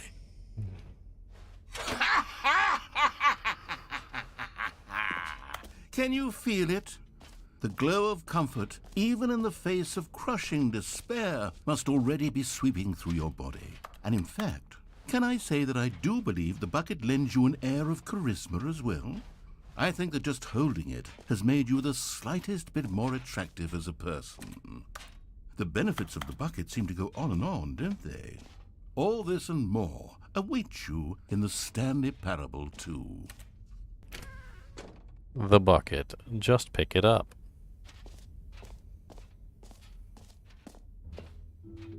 I'm keeping the bucket, Does by the anyone way. give out awards for most enjoyable bucket in a video game?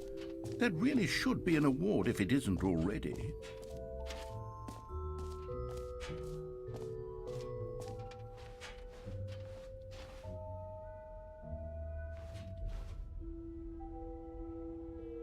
Settings world.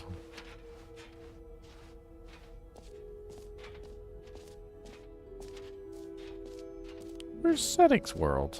I want to go to settings world.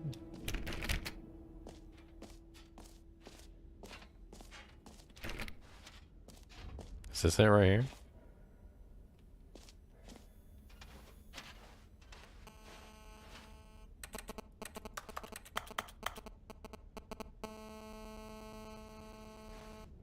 Red is the new orange.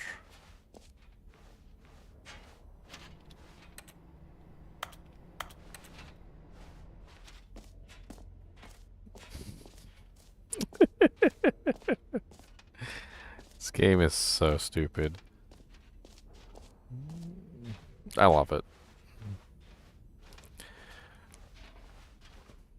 I got a bucket, can't you see? I got a bucket and it's just for me. It makes a nice clinky, clanky, clonky, clunky sound, and I'm gonna take it with me all around. I got a bucket, a big old, a nice bucket. I can carry stuff in it, or I can wear it as a hat. Don't tell me what to do, or I hit you with a bat. So, Stanley, what do you think? Do you like all of the new features? Yes, I know it's not exactly clear yet how exactly these features will come together as one single coherent video game, but I can feel it in my soul. It's going to work. There's definitely a good game in there somewhere. Say, let's do an experiment. I'll arrange these new features together, and we'll see whether or not it coheres into a meaningful gameplay experience. Okay. Are you ready? Here it is. I give you the Stanley Parable 2.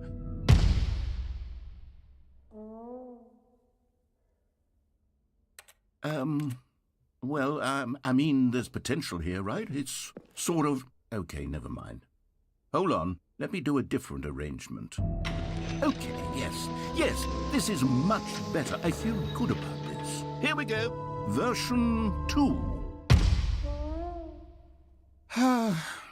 Who am I kidding, Stanley? This isn't a coherent video game at all. It's a lot of gags. And I do very much enjoy creating gags, but they don't add up to anything.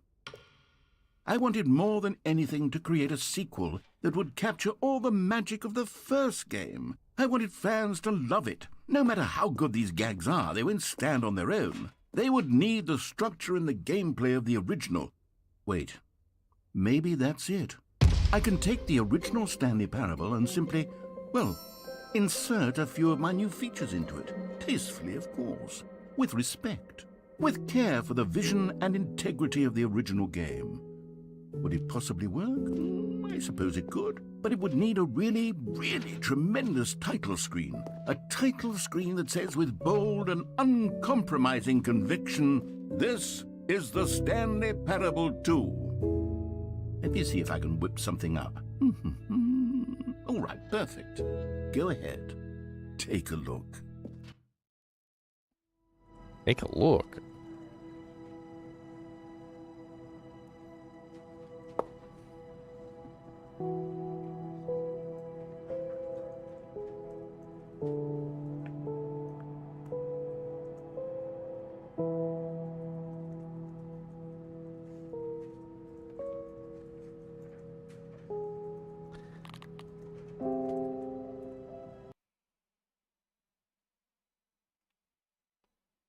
This is the story of a man named Stanley. Stanley worked for a company in a big building where he was employee number 427. Employee number 427's job was simple. He sat at his desk in room 427 and he pushed buttons on a keyboard. Orders came to him through a monitor on his desk, telling him what buttons to push, how long to push them, and in what order. This is what employee 427 did every day of every month of every year. And although others might have considered it soul-rending, Stanley relished every moment that the orders came in, as though he had been made exactly for this job. And Stanley was happy. Do I still have my bucket, though? And then one day, something very peculiar happened. Something that would forever change Stanley.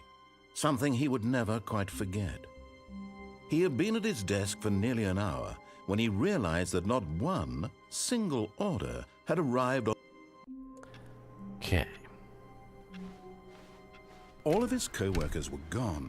What could it mean? Stanley decided to go to the meeting room. Perhaps he had simply missed a memo. No matter how hard Stanley looked, he couldn't find a trace of his co-workers. Where's my bucket?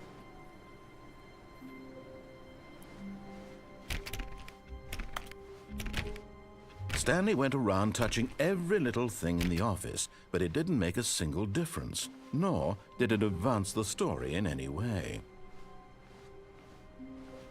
My Stanley bucket. picked up the bucket.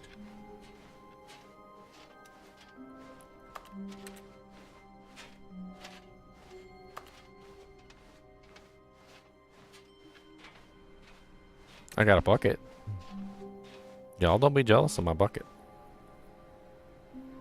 Don't be jealous of my bucket. Don't be jealous of my bucket.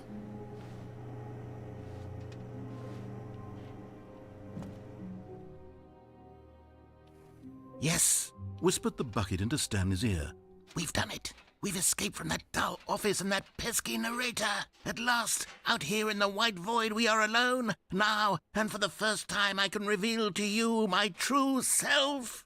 The bucket began to tell Stanley of its life and its history, of the countless wars it witnessed, desecrating the land and lives of untold numbers of innocent humans, and the bucket's own complicity therein, of sadness and regret, and the many years it spent dwelling on the actions it might have taken to curb the madness and the decay, if only it had been stronger, of hope and redemption, and its crusade to uplift the stock of life for the common man, to manifest justice where none existed, and the bittersweet reality of time, to see one's dreams and wishes met halfway, meted out in parcels like charity, and abandoned as soon as the warm glow of inspiration begins to dim.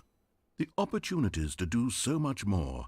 There was so much it could have done, perhaps, the bucket wondered to itself. Perhaps, if it had seen its own darkness with a clearer perception. This was way too much for Stanley. What are you talking about? He screamed. You're a bucket! To this, the bucket furrowed its brow. No, Said the bucket. not since the evil wizard Gambhorata first ensnared me in his machinations as payback for the sacred amulet I stole from his treasured vaults. I was young back then and could not conceive the ramifications of... No! Stanley screamed even louder this time. This is stupid! You are a bucket! This is so stupid! Why are we even doing this? As Stanley screamed and screamed and screamed, the bucket revealed its true form, transforming into a mighty beast of untold power, its fangs glistening like...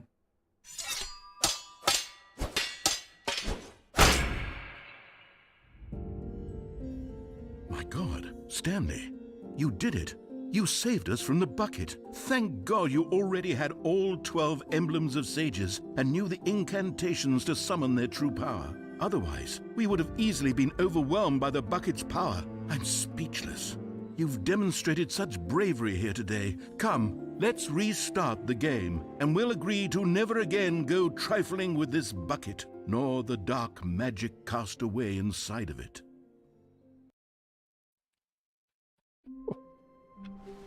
What? All of his co-workers were gone. What could it mean? Stanley lifted the bucket into his arms, and a wave of comfort rushed. Stanley clutched the bucket tightly to his chest and entered the door on his left. This was not the correct way to the meeting room, but Stanley had felt the bucket calling to him, telling him that the employee lounge was simply the place to be. And here it was. Had the bucket turned out to be correct? Was this better than the meeting room? Yes, Stanley thought to himself. Yes, perhaps. No, never mind. The bucket was wrong. Stanley took the door on his left to go back to the meeting room.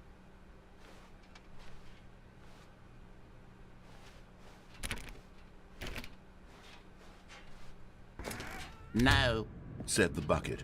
don't go to the meeting room. Go somewhere else. The cargo lift, yes. Go there. Go to the cargo lift. Good, Said the bucket.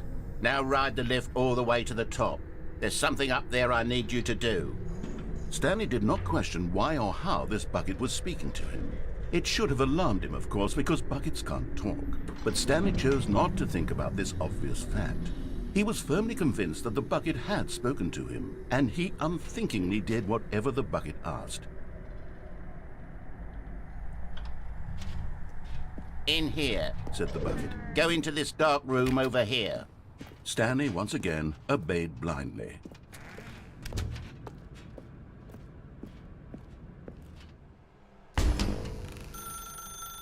Now pick up the phone. Said the bucket. This is the sad story of a man named Stanley and his bucket. Once upon a time, I gave Stanley a bucket because I thought he was lonely and could use a friend. And then, very distressingly, he began to believe the bucket could speak to him.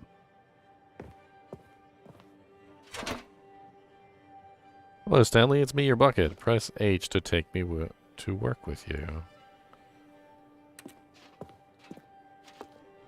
Sure. Let's go, bucket. The Stanley Parable Reassurance Bucket was merely meant to provide the comforting glow of companionship.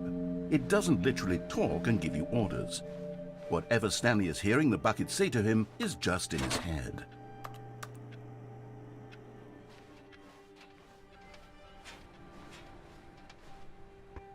Lately, I've been concerned about him. Wouldn't you be concerned as well?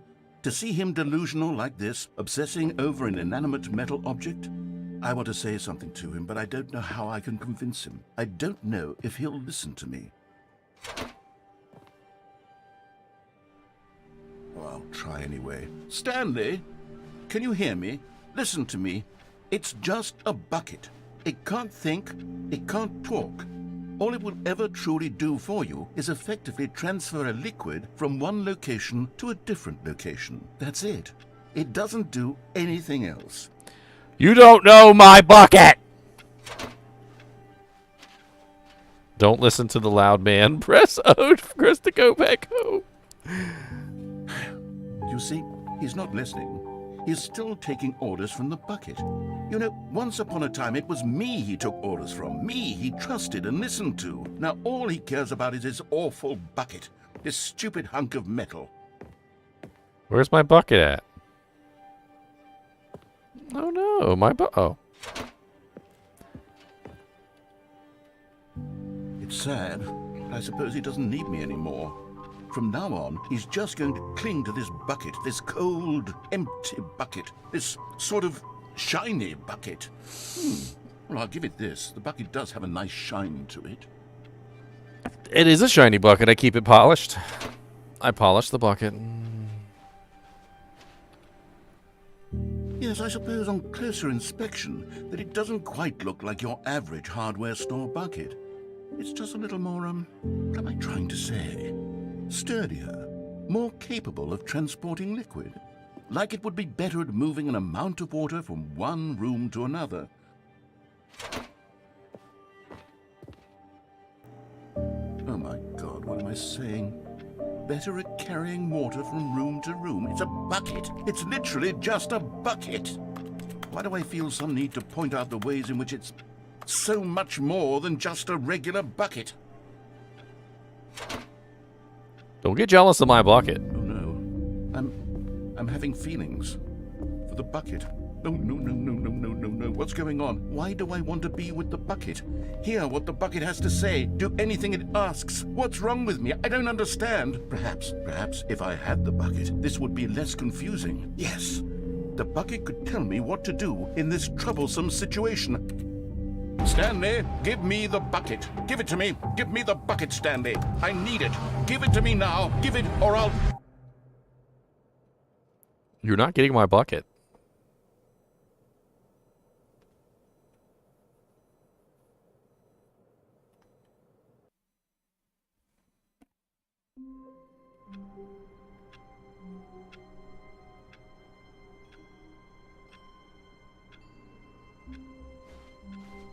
How wonderful. Stanley was alone. Finally. This is great, he thought to himself. This is what I've wanted all along. I got what I wanted.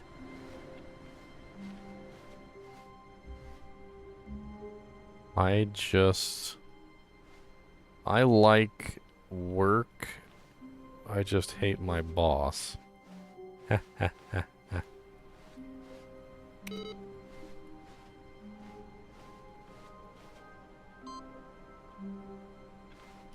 Input received. The confusion and the chaos all seemed to melt away as Stanley embraced the bucket. Stanley clutched the bucket tightly to his chest and entered the door on his left.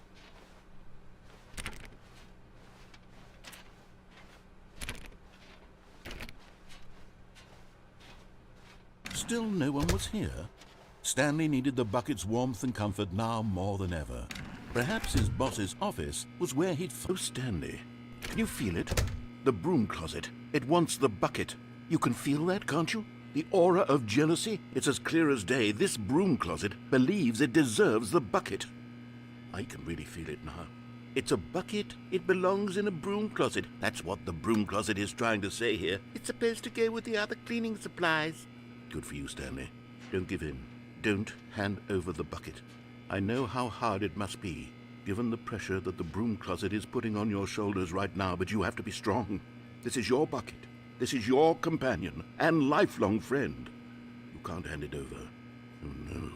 We're getting into name-calling now, it seems. Is this how low the broom closet has sunk, that it has to resort to this stream of petty insults simply in order to get you to hand over the bucket? Stanley, I never liked this broom closet for a variety of reasons, but even this is worse than I had imagined. And wait, now the broom closet has the gall to imply that you and the bucket are not truly deep and lasting friends? That your relationship is purely superficial and convenient? That your life is so banal and meaningless that you'd feel the same sort of kinship towards any inanimate object which happened to lay in your path in an even partially enticing manner? Well, I'd never. Go on, Stanley. Lay into it. Really tell the broom closet off for its demeaning comments. Expand on the wide variety of experiences you and the bucket have shared together. Go through each of them point by point. Share your journal entries detailing the rich emotional landscape of your feelings for the bucket as they have changed and evolved over the years. Let him have it. Let him have it, my boys. Let him have it. Okay, I've got you something which I think will help settle this debate once and for all. Here we go. There. Now it's settled. No more debate, no more discussion. Take a hike, broom closet, with all your meandering philosophical diatribes about the nature of cleaning supplies and their relationship to broom closets in the natural order of things. I don't think that's enough stickers. I think I need a second sticker. All right, I've got a second sticker back here, and I'm going to slap it on as well because I think it's appropriate. You see? I feel that it works because the sticker is also a bucket. That way, if you're ever unsure whether the thing you're holding is a bucket or not, you can look down at this sticker and say to yourself, ah, it's a bucket.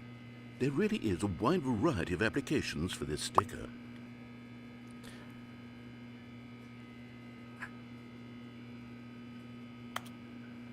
You know what? I could take the name-calling and the dismissal of your kinship with the bucket, but now the broom closet is just giving us the silent treatment. And to be honest, I'm sick of the pettiness on display. You can stay here all you like, but I've had it with this impetulant room of cleaning supplies. Easily the most childish such room I've ever been in. I'll see you outside, and we can get on with the story about you and your bucket.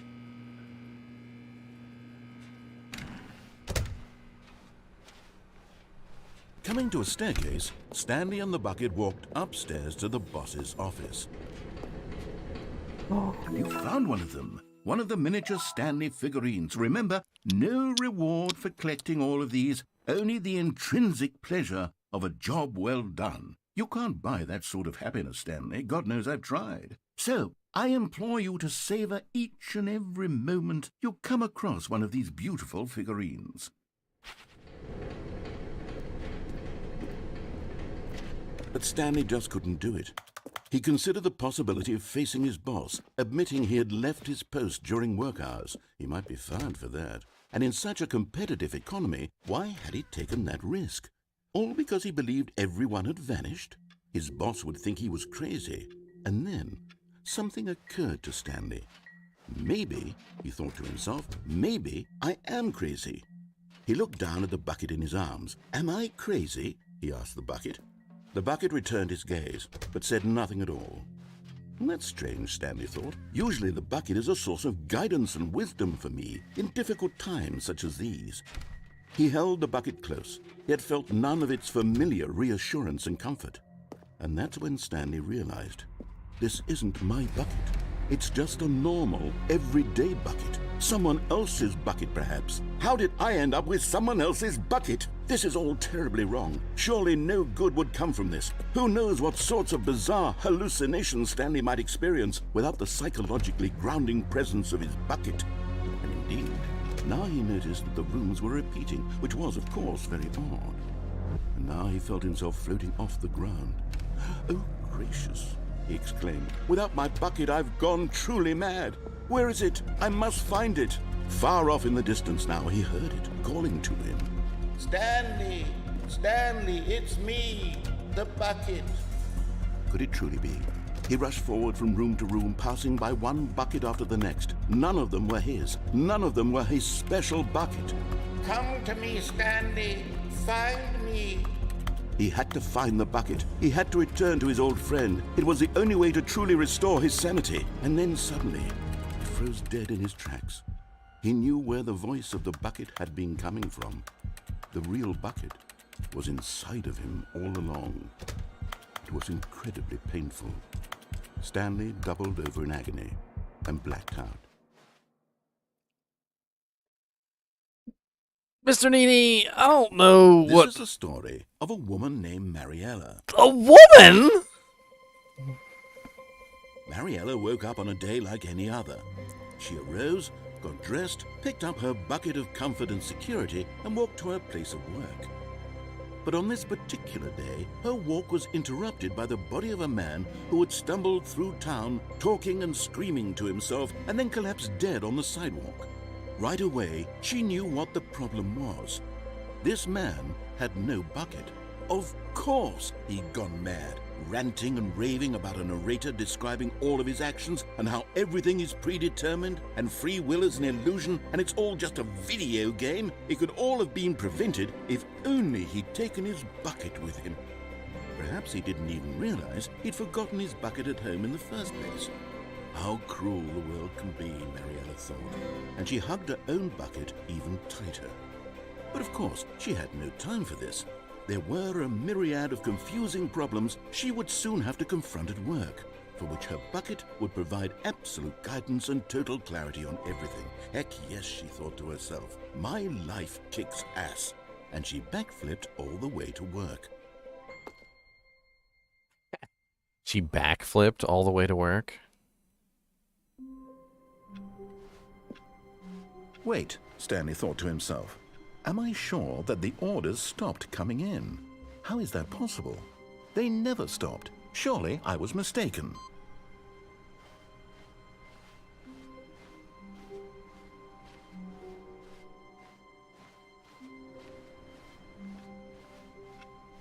No, the orders were still missing. For now.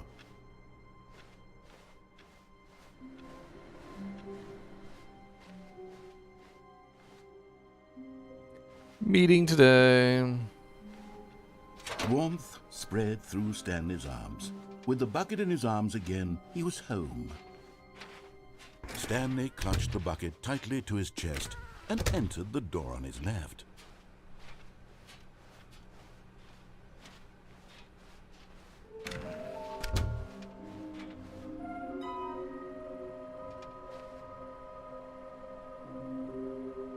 Maybe we are the collectibles?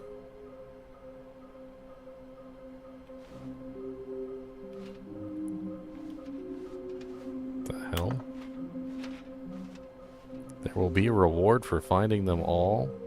There will be a reward.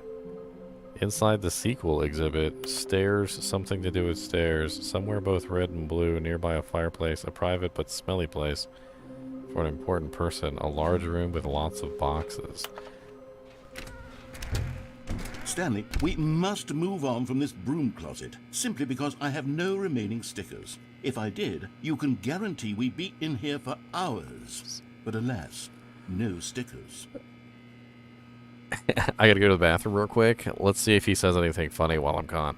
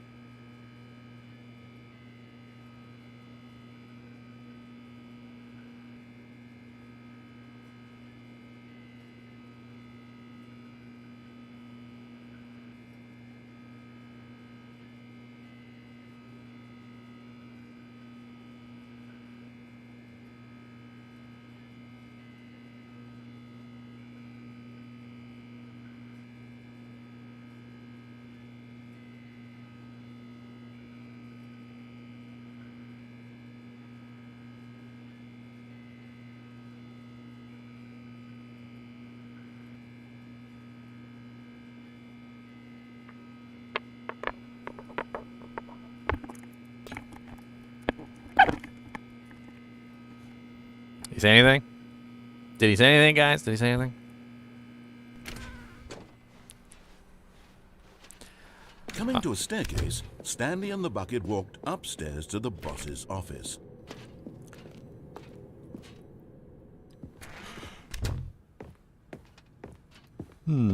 Stepping into his manager's office, Stanley was once again stunned to discover not an indication of any human life. Crushed by the weight of this revelation, Stanley may have broken down into an emotional dumpster fire if not for the soothing presence of the bucket. Even now, in his darkest of hours, did the bucket's warmth and guiding light pierce the dark clouds of confusion and chaos. It would be with him always. The bucket would. And he knew it. The two of them were inseparable. At this point, Stanley was so absorbed in the tender spiritual connection he shared with the bucket that he didn't notice the keypad behind the boss's desk. Nor in his bliss of simply being near the bucket did he have any notion that the PIN number for the keypad was 2845.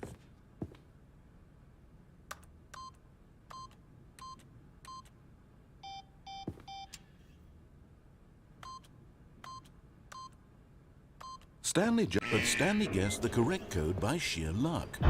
Was it that the bucket knew all along? Was the bucket guiding him? Yes, this is certainly the most logical explanation.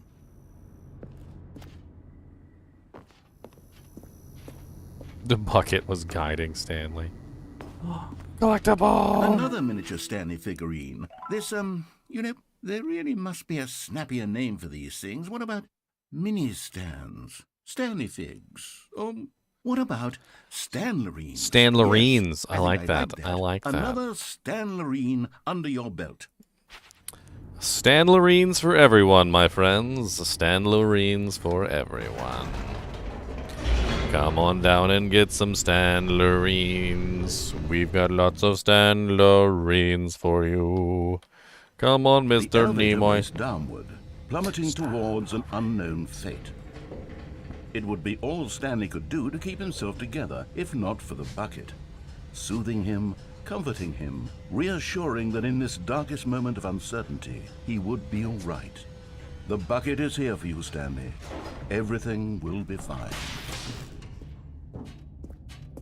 That's right. The bucket will be here for you. Stanley and the bucket walked straight ahead through the large door that read, Mind Control Facility.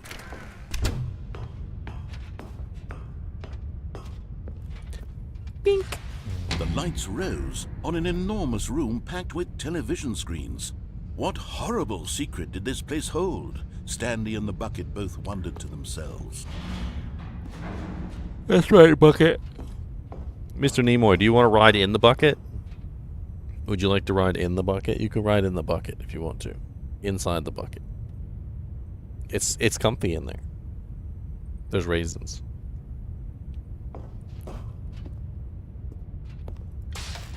The monitors jumped to life, and Stanley nearly dropped the bucket in shock. Everyone in the office was being videotaped, monitored like guinea pigs. The bucket had never seen anything like this, and it very nearly burst into tears as Stanley cradled it gently, reassuring it that everything would be fine. Was the bucket under the mind control facility's influence as well? Had the bucket been told to do things it didn't wish to do? What kinds of things does a bucket want to do or not want to do in the first place? These questions raced furiously in Stanley's feeble mind.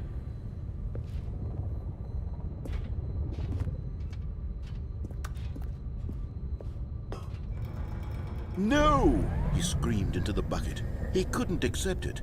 His own life in someone else's control, never! He squeezed the bucket tighter, his one friend in the entire world. At this point, he could trust no one except for the bucket. That's right. No one. But here was the proof. The heart of the operation. Controls labeled with emotions, happy or sad or content. Walking, eating, working, all of it monitored and commanded from this very place. And as the cold reality of his past began to sink in, Stanley decided that this machinery would never again exert its terrible power over another human life. For he and the bucket would dismantle the controls for good. Two best friends, Stanley and the bucket, up against the world. They high-fived in a really cool way, and the bucket made a sassy comment about taking down the system.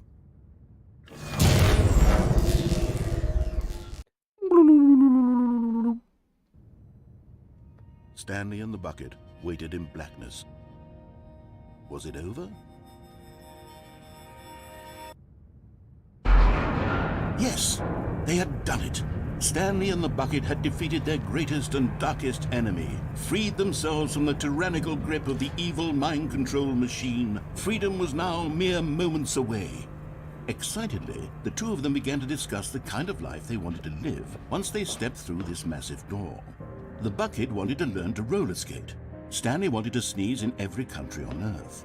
Both of them wanted to begin watching a movie, any movie, but then stop it halfway through and begin watching it in reverse from the end. True, it was a simple life they envisioned, but it was one they'd lived together, with one another to lean on, to trust, to support, and... What? Wait. What was happening? Why had the door stopped? Was Stanley and the bucket not about to be freed? An unbearable silence filled the room, lingering in uncertainty, until finally the truth hit Stanley square in the face. This building did not want the bucket to leave. Even the facility itself recognized the incredible calming presence of the bucket, needed the soothing warmth of the bucket, would go to any lengths not to part with the bucket. No. Stanley can't leave this place. Not while he has such a precious bucket in his arms. Not while this building has anything to say about it. Stanley realized he would never again leave this very room. But at least he has the bucket. To be trapped eternally in darkness isn't really so bad, Stanley thought to himself. As long as I have my bucket with me, right? I'll be okay, won't I? Stanley gulped. Very soon now, he was about to find out.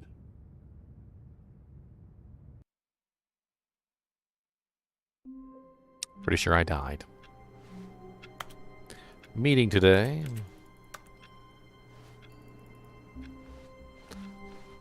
All of his co-workers were... Wait, no.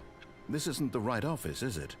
Is this Stanley's office? The end is never, the end is never, the end is never, the end is never, the end is never. The end is never, the end is never. Boo boo beep beep, beep beep ba boop. Boo boo beep beep, beep beep ba boop. Boo boo beep beep. Hey, there's my bucket. Stanley picked up the bucket and smiled. He'd never be alone again, not truly alone, not with the bucket around. Stanley clutched the bucket tightly to his chest and entered the door on his left. This was not the correct way to the meeting room, but Stanley had felt the bucket calling to him, telling him that the employee lounge was simply the place to be. And here it was. Had the bucket turned out to be correct? Was this better than the meeting room? Yes, Stanley thought to himself. Yes, perhaps it truly was. How insightful the bucket turned out to be. No, never mind. The bucket was wrong. Stanley took the door on his left to go back to the meeting room.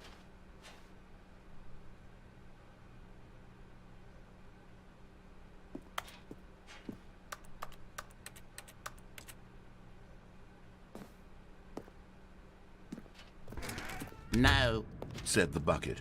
don't go to the meeting room. Go somewhere else. The cargo lift, yes. Go there. Go to the cargo lift.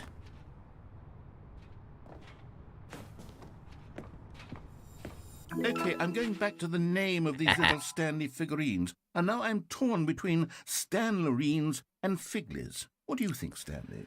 What name better encapsulates the intrinsic sense of happiness that you get from seeing a small number in the corner of your screen go up by 1? Let me sit on it. I'm sure it will come to me. Figlies. I kind of like Figlies. I like Stanlerines. They're both very interesting. Figlies and Stanlerines. I feel like they're both very interesting. But Stanley feared that any path he walked might lead to the separation of himself and the bucket, his dearest friend. So he threw himself to his death, that they might die in one another's arms. How deeply touching. Wait, Stanley thought to himself. Am I sure that the orders stopped coming in? How is that possible? They never stopped. Surely I was mistaken. Yeah, am I mistaken? No, the orders were still missing. For now. Can I pop these balloons? I don't like your balloons, by the way. The good old bucket. Just Stanley and the bucket. Off on another thrilling adventure together. How do I get over there?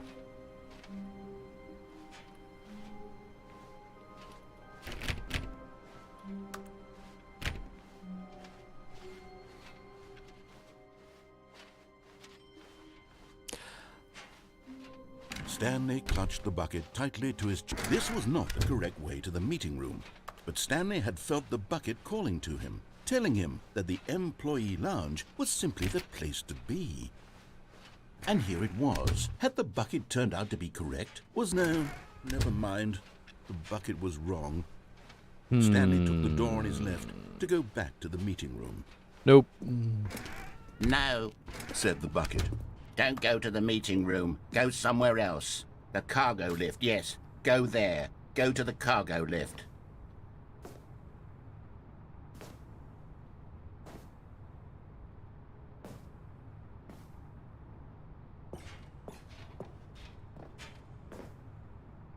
I'm trying to see if there's any other way I can go over here. It looks like... Because I jumped down before and it was death, so definitely don't want to die. Is there anything soft to land on? Oh, a vent.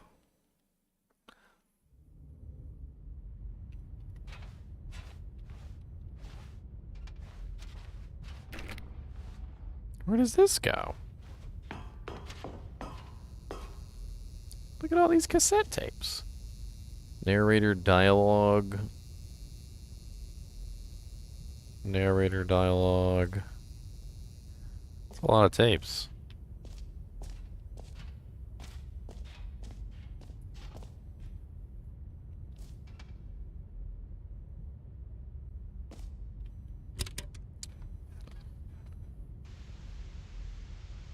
Okay, this is day number 295.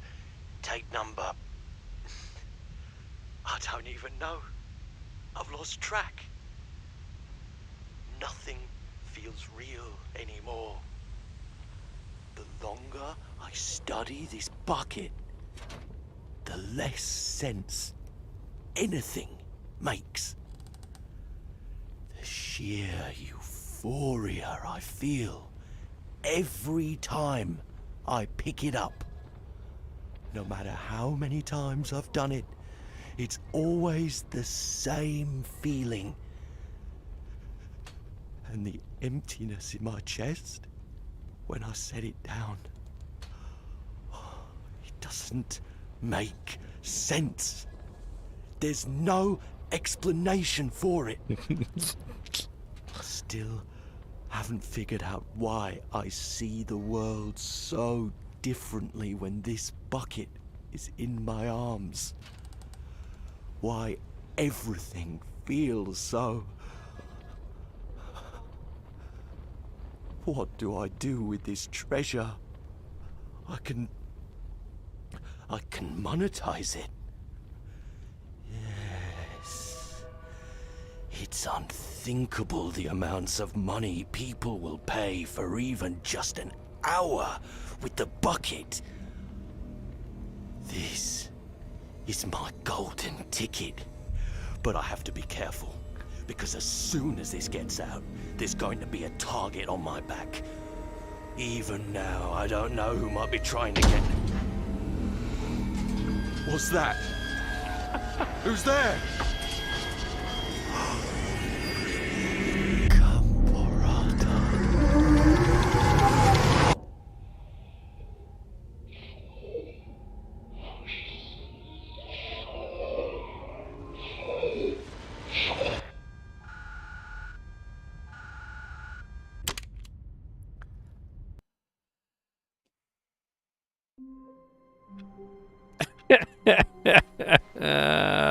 Can't wait to tell this story to my co-workers, Stanley thought. How amusing they'll find it.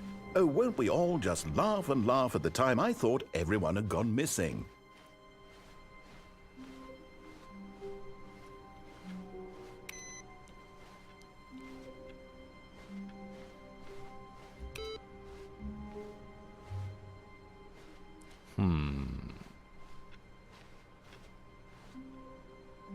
Where are we going today? The bucket asked. Stanley just smiled. Anywhere they went together would be Stanley clutched the bucket tightly to his chest and entered the door on his left.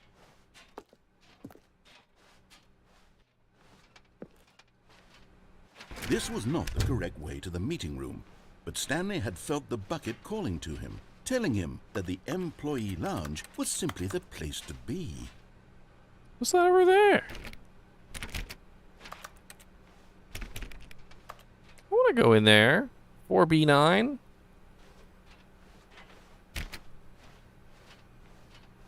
And here it was. Had the bucket turned out to be correct? Well, no, never mind. The bucket was wrong. Stanley took the door on his left to go back to the meeting room, and so the two of them detoured through the maintenance section and walked straight ahead to the opposite door.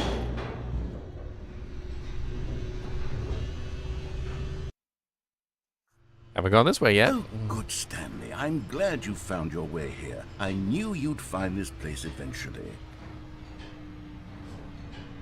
You see, your friends and I are concerned for you, Stanley.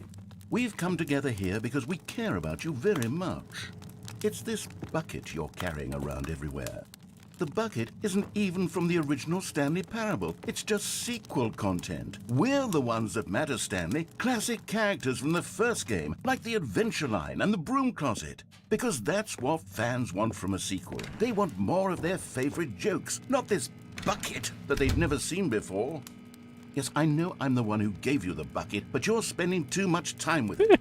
Don't you want another story involving the Adventure Line? We could make the Adventure Line go somewhere new. Yes, yes, that's what the fans want. Let's do it.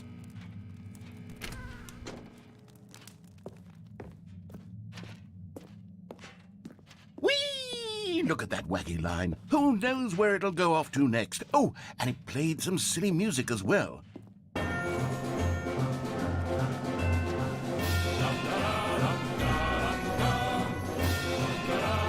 Now this is what the Stanley Parable is all about. Don't you remember all those great jokes from the original dialogue? Also, Stanley is addicted to drugs and hookers. Yes, it's as classic now as it was back then. Let's do it for the fans, Stanley. Let's give them more content exactly like this. But if we want to do that, you're going to have to give something up. Don't make me give up my bucket. You will never get my bucket. My bucket is my life. You will never get my bucket. Don't you get it, Stanley? We need to get rid of the bucket. That's why I'm very proud to introduce a brand new character. This is the Bucket Destroyer. I think it'll make a wonderful new addition to the rich lore of the Stanley Parable. True, it also was not in the original game, but it's such a well-fleshed-out character with so much personality that to me, it already feels as though it's been part of the cast all along. Don't you agree? Can you guess what the Bucket Destroyer does? Surely you don't need me to spell it out for you. Go ahead now, Stanley. Say goodbye to the bucket, and then pop it into the machine when you're ready. I don't want to say goodbye to the bucket. It's my bucket, property of Stanley. Now listen to me. It's crucial that you give it the bucket. I don't know what the Bucket Destroyer will do if it can't destroy your bucket. Destroying buckets is all it knows. That is its singular personality trait. Sure, I can hear you saying, how does a character with only one personality trait deserve to join the pantheon of beloved Stanley Parable characters? Well, you see, if you were to really explore the Bucket Destroyer, you would see that its desire to crush buckets is so densely loaded with complexity and nuance that it's really like 10 personality traits. What other object in this game can you even say that about? The Broom Closet? Certainly not. I wonder what sort of Bucket Destroyer merchandise the fans will be clamoring for after this. Okay, the bucket destroyer is getting very upset now. You'll have to hurry and feed it. We can't get back to the classic Stanley Parable characters like the Adventure Line or the bucket destroyer until you crush that damn bucket. Quickly now, the fans are waiting. Do it, the fans, Stanley. Give the fans what they want. Hurry and... You're not getting my bucket.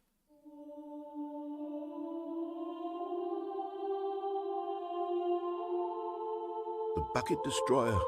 My prized creation. You had so much potential. We were going to do such marvelous things with you, tell such spell-binding stories about you. All of it squandered now. Goodbye, new friend. For the moment in time that you were here, you were magnificent. Magnificent, yes, indeed. Indeedly doodly doddly deedly. See you later, buddy. You're not getting my bucket.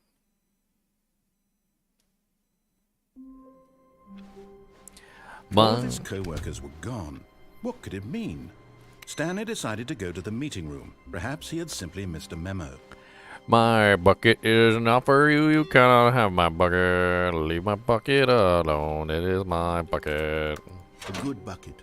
A strong bucket. A humble bucket. A committed bucket. A bucket of culture and distinction. Yes, distinction. Mm-hmm.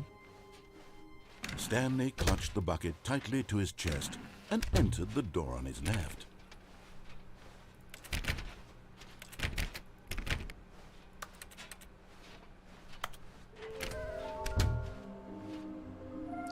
Trust the completionist instinct. Okay, so I found the... I need somewhere both red and blue. A private but smelly place for an important person. A private but smelly place for an important person.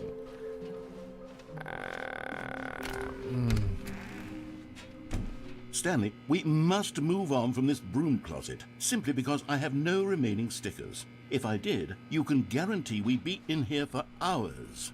But alas, no stickers. Why don't you go buy some more stickers then? Coming to a staircase, Stanley and the bucket walked upstairs to the boss's office.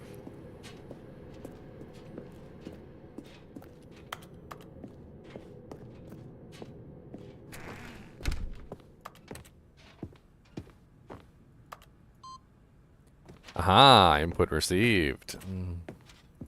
Stepping into his manager's office, Stanley was once again stunned to discover not an indication of any human life. But Stanley guessed the correct code by sheer luck. Was it that the bucket knew all along? Was the bucket guiding him? Yes, this is certainly the most logical explanation. The most logical explanation.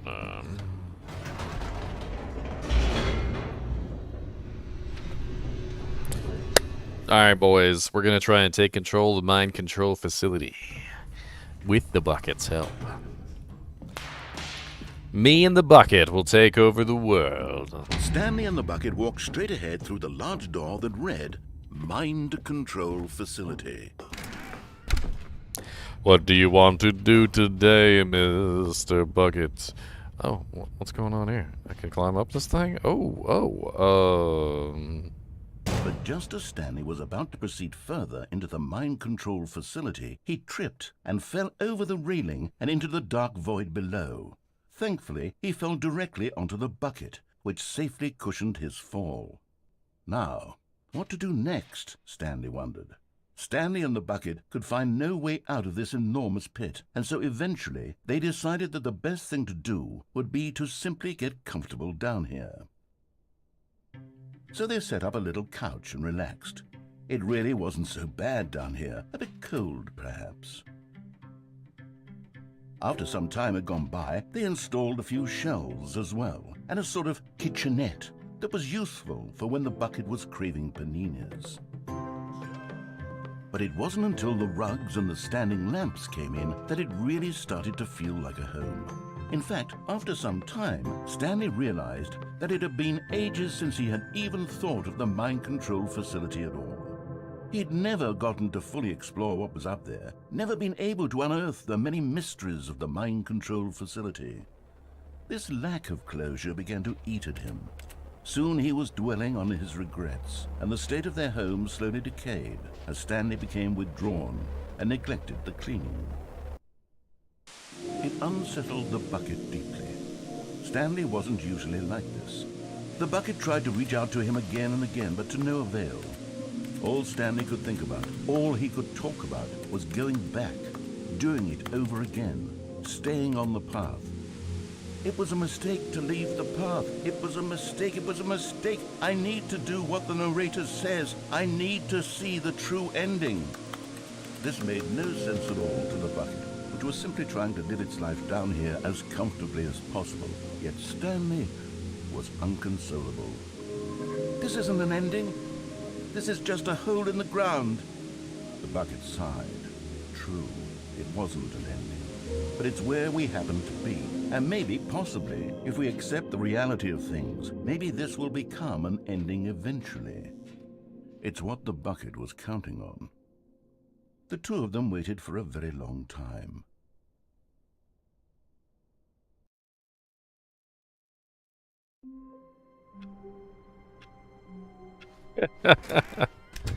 Oh, Lord. Hello, Bucket.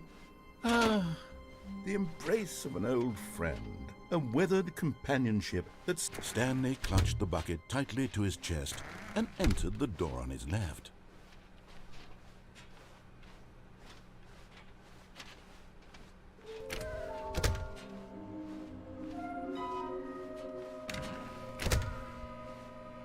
Stanley, we must move on from this broom closet, simply because I have no remaining stickers. If I did, coming to a staircase, Stanley and the bucket walked upstairs to the boss's office.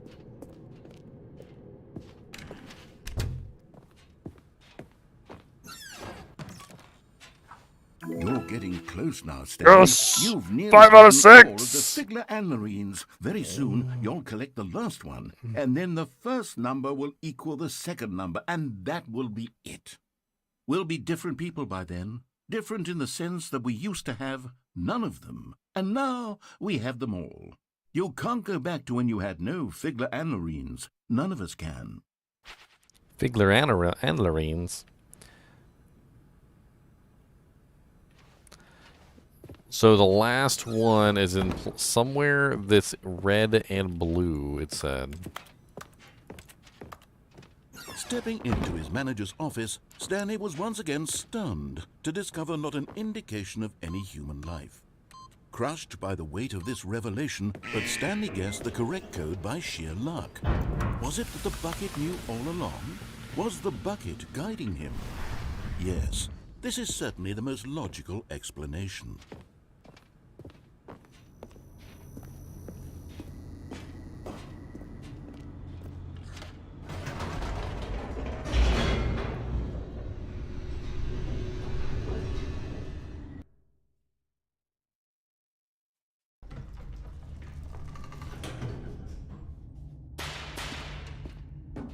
I like to confuse Mr. NiNi by sniffing him every Stanley now and and the then. bucket walked straight ahead through the large door that read, Mind Control Facility.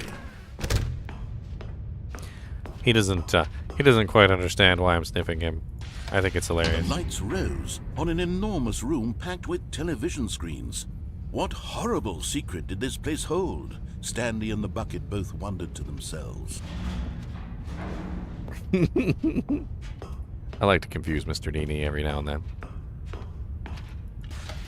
The monitors jumped to life, and Stanley nearly dropped the bucket in shock. Everyone in the office was being videotaped, monitored like guinea pigs.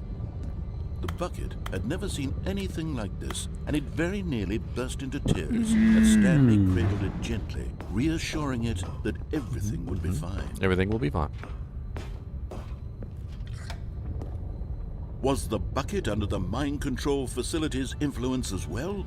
Had the bucket been told to do things it didn't wish to do? What kinds of things does a bucket want to do or not want to do in the first place? These questions raced furiously in Stanley's feeble mind. In Stanley's feeble mind. No! He screamed into the bucket. He couldn't accept it.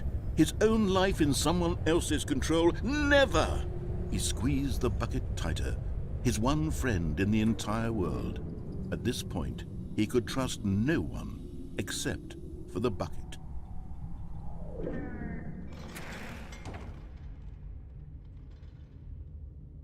But here was the proof. The heart of the operation. Controls labeled with emotions, happy or sad or content. Walking, eating, working, all of it monitored and commanded from this very place.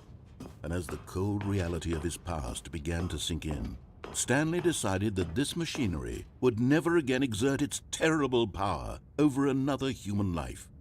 For he and the bucket would dismantle the controls for good. Two best friends, Stanley and... But at the last second, the bucket jumped in and pressed the button to turn on the controls. Stanley gasped in horror. Had this been the bucket's plan all along? To take over the machine and claim the power for itself? How could the bucket have betrayed him like this? Stanley was prepared to throw the bucket away in disgust when suddenly an image appeared upon the enormous screen. Birds. Silly, silly birds. The control buttons became active again.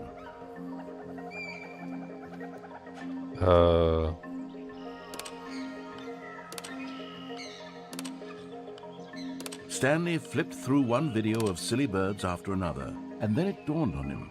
This wasn't a mind control facility at all. It was a facility for monitoring and surveilling silly birds all over the world. The mind controls were only a facade to disguise its true intentions. Had the bucket known this all along? Stanley marveled at the metal genius in his hands, the one who had pointed him towards this incredible discovery. Stanley and the bucket never found freedom because they spent the rest of their lives here in this place, flipping through live streams of the silliest birds imaginable. Of all the possible paths his life could have taken, this one was surely the best. And Stanley was happy. Look at them silly burbs. Silly burbs, look at all the silly burbs. It's a burb, it's a burb, it's a silly, Even now, silly burb. Stanley's office was a distant memory. What did it look like? There was a computer, perhaps, and a painting. Was it a painting or a photo? He could no longer recall. Hey, I've almost got all the inputs. Almost. Let's jump out this window one more time, but without the bucket. No matter how hard Stanley looked, he couldn't find a trace of his co-workers. Whee! At first, Stanley assumed he'd broken the map, until he heard this narration and realized it was part of the game's design all along. He then praised the game for its insightful and witty commentary into the nature of video game structure and its examination of structural narrative tropes. So, now that you're here, what do you think? Isn't this a fun and unique place to be? Why don't we take a minute just to drink it all in? Okay, I'm over it now. What do you think? Are you sick of this gag yet? Are you sick of this gag yet? No. No. N-O. Ah, then in that case we'll continue. That's right. But now, here comes the real question. What do you think would have happened if you had told me that you wanted this to stop? Do you think it would have been particularly different? Would I have taken the same idea but rephrased it superficially to fit that answer? Perhaps you never would even have thought of it if I hadn't brought up the issue in the first place. Oh, now think about it. Will it be worth it for you to restart and then come back here just to do the other option? Clearly, this whole gag takes some time. What if the other option is even longer? How long will you spend in total just to have heard all the narration? Oh, and this is rich. Perhaps you've just played the other option, and now you've come to see what happens in this one. So, what do you think? Which choice was the better one? Imagine if you had selected Continue on your first playthrough, how tantalizing it would be not knowing what happens when you pick the other option. Indeed, you are one of the lucky ones. Though if the other option is really miserable to listen to, then perhaps you're not. In fact, I'm just going to say that no one who's listening to this is lucky. Well now, I've built up the other options so much that I'm going to stop talking and leave you to your decision whether to come back here, continue with the game, or just sit in this spot forever and ever. Cheers.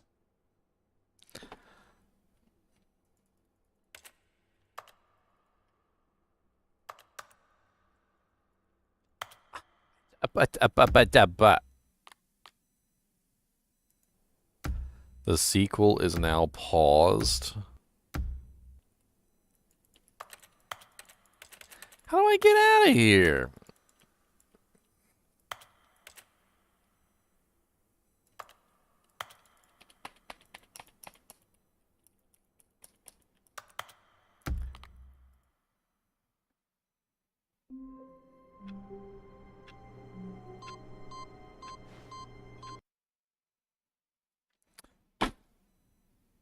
Welcome, Stanley, to heaven.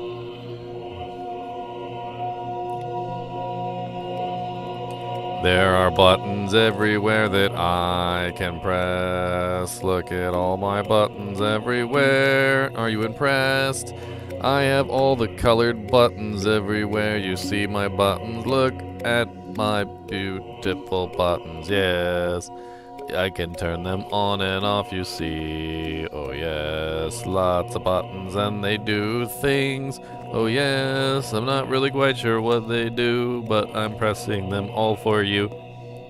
'Cause my buttons are simply the best. Oh no, they're turning themselves back on. No. Don't turn yourselves back on, buttons. Why?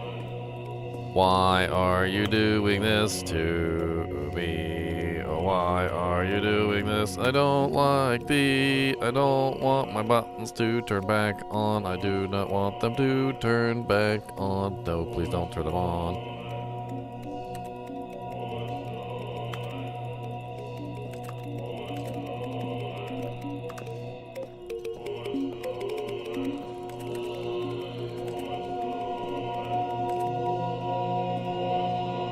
Can I ever turn them all off? Is that a thing? Can I maybe? If I'm really fast? Is there like an achievement for turning off all the buttons?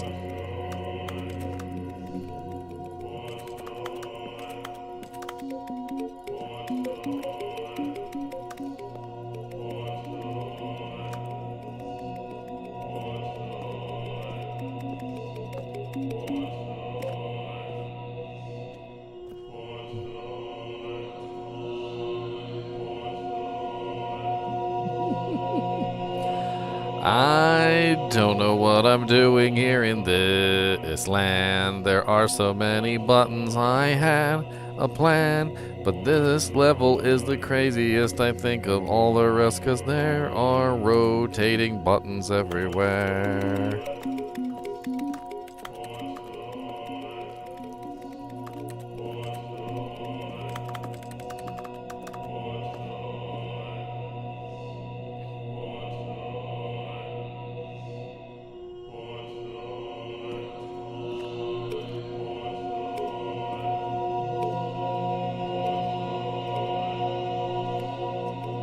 Just out of curiosity, I'm going to try and press all the blue buttons. Just to see what happens. Maybe you got to press only one particular color button. I may be insane, okay? But you're watching me, which makes you also insane.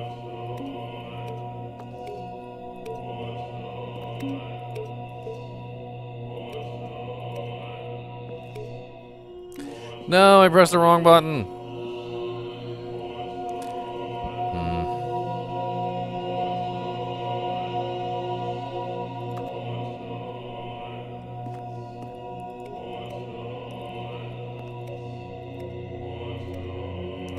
See, I don't want to have to come back here and do this again. So I'm going to have to look up. I'm going to have to cheat here and look up Stanley Parable button ending.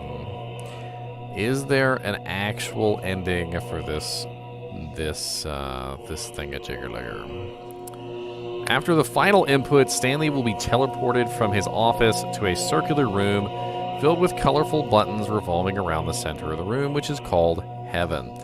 A choir repeatedly sings the words, "Push the buttons." You can only exit this by ending with the resetting the game on your own. One of a few endings when the narrator doesn't react. There's a hole in the top of the roof, but it doesn't lead to anything. There are 6 rows of 72 buttons, or exactly 432 buttons. So apparently there is no ending from this particular point. Interesting.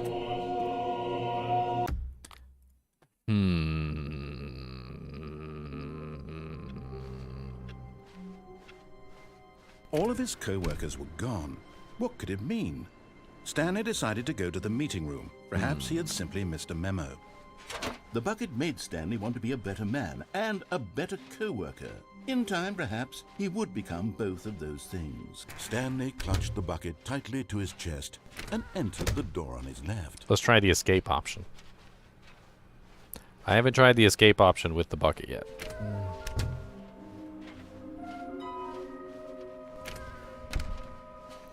I need to get the last collectible Coming to too. a staircase, Stanley and the bucket walked upstairs to the boss's office. Stepping into his manager's office, Stanley was once again stunned to discover not an indication of any human life. But Stanley guessed the correct code by sheer luck. Was it that the bucket knew all along? Was the bucket guiding him? Yes, this is certainly the most logical explanation. Ride the elevator down, up, down, up, down, up.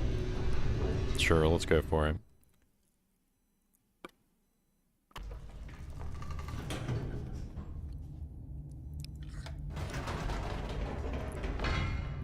Wait, Stanley said to the bucket. Can we go back up? When I was pressing those keypad buttons, there was something very intriguing about the number 3. I want to go back so I can try pressing the number 3 again. The bucket said nothing. The number 3? Sure, I'll do it. 33333, let's go. Or 00003.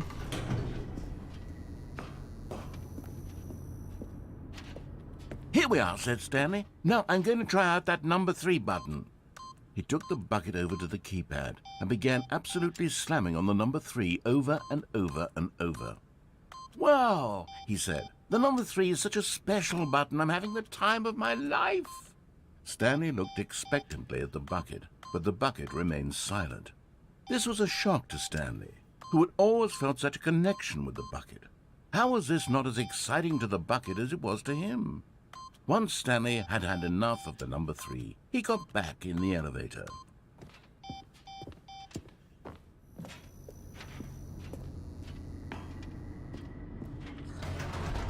Perhaps the bucket had missed something. Perhaps it had not seen how much joy Stanley got from slamming the number 3 repeatedly. Yeah. Maybe it didn't see. Isn't that right, Mr. Ni? Why are you always trying to steal stuff from me? You want to say something? No, said Stanley to the bucket. You can't go on yet. Not till you understand how much the number 3 means to me. You and I have been through so much together, and I just want you to see what I see. Feel the happiness I feel. He smiled at the bucket, and the bucket said nothing.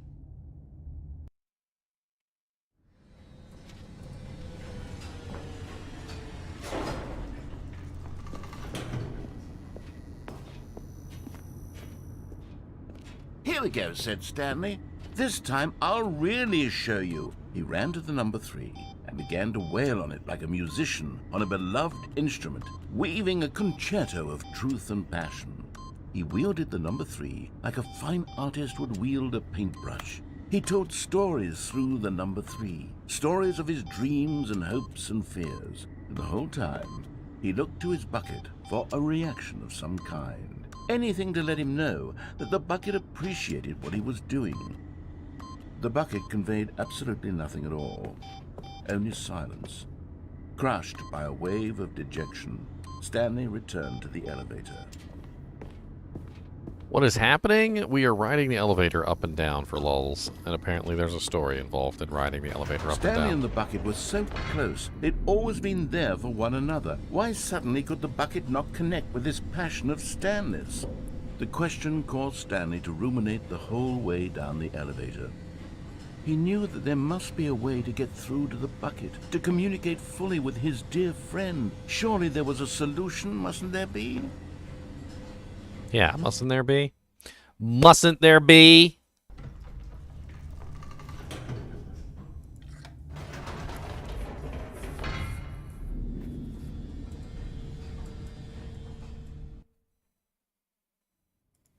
"Ah," said Stanley. "I know what to do.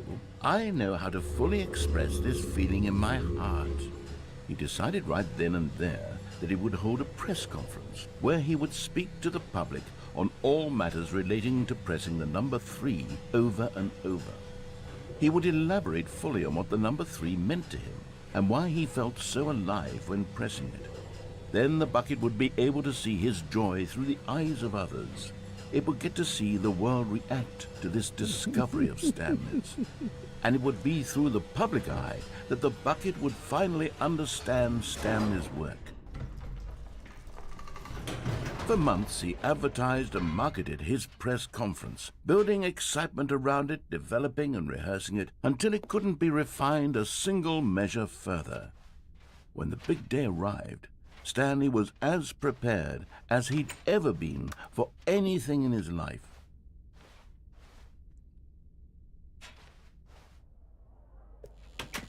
Two stage. 3-3, 3-3, 3-3, 3-3, 4-2-7. This was it. 3, One last 3, chance 3, 3, to 3, win 3, the bucket over. 3. One opportunity to share a true connection with a loved one. 3-3. 3 again, 3 again. The Stanley story. 3. Congratulations, Stanley. Remember where you came from, your coworkers. 3. 3 is the loneliest number that you'll ever see. There was no one here. Nobody had come to the press conference to hear Stanley speak, to listen to him talk about what it really means to press the number 3 on a keypad over and over. He was unloved, uninteresting, he was a failure, and in that moment Stanley knew that the bucket would never again take him seriously. There would be no connection, no deeper understanding. The bucket merely sat there in his arms, indifferent. And so it began that slowly, over many years, the two of them grew more and more distant. They spoke less and less, neither wishing to state the obvious, that any sense of real respect between them had eroded since that day at the press conference. There would be no more games, no more long conversations about passion and pursuit, only a silence that consumed the space between friends. And Stanley, having for once in his life discovered the warmth and comfort of true companionship, was cast back into the unremarkable normalcy of loneliness.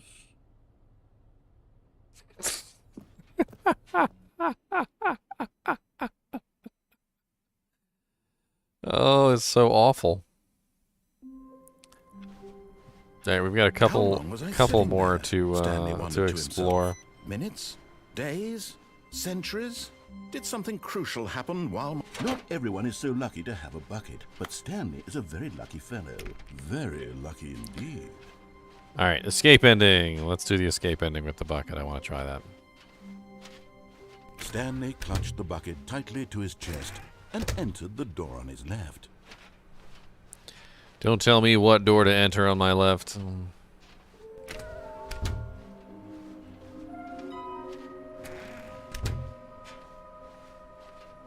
Coming to a staircase, Stanley and the bucket walked upstairs to the boss's office.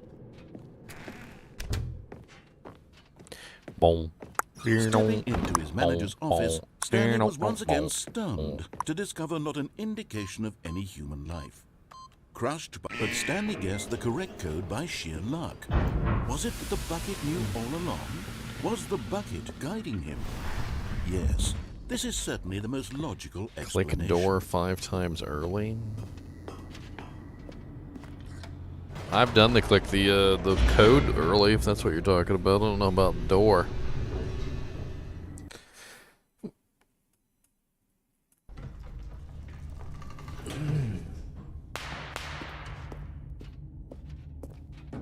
Stanley and the bucket walked straight ahead through the large door that read, Mind Control. Although this passageway had the word escape written on it, the truth was that at the end of this hall, Stanley and the bucket would both meet a violent death. The door behind them was not shut. Stanley and the bucket still had every opportunity to turn around and get back on track. But they didn't. At this point, Stanley and the bucket were knowingly walking forward into a very painful death for each of them. Yes.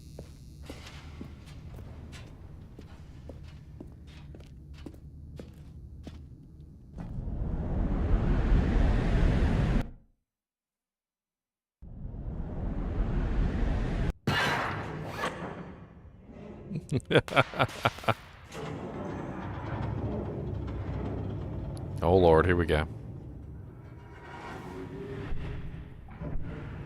As the machine whirred into motion and Stanley and the bucket inched closer to their demise, Stanley reflected on how meaningless the bucket's warmth and comfort had turned out to be. To be sure, it puts the mind and the soul at ease to embrace the bucket, but what use is a sense of ease when you're about to be crushed to death? This is what Stanley thought to himself, and he sort of kicked himself for wasting so much time carrying a bucket everywhere. Farewell, Stanley.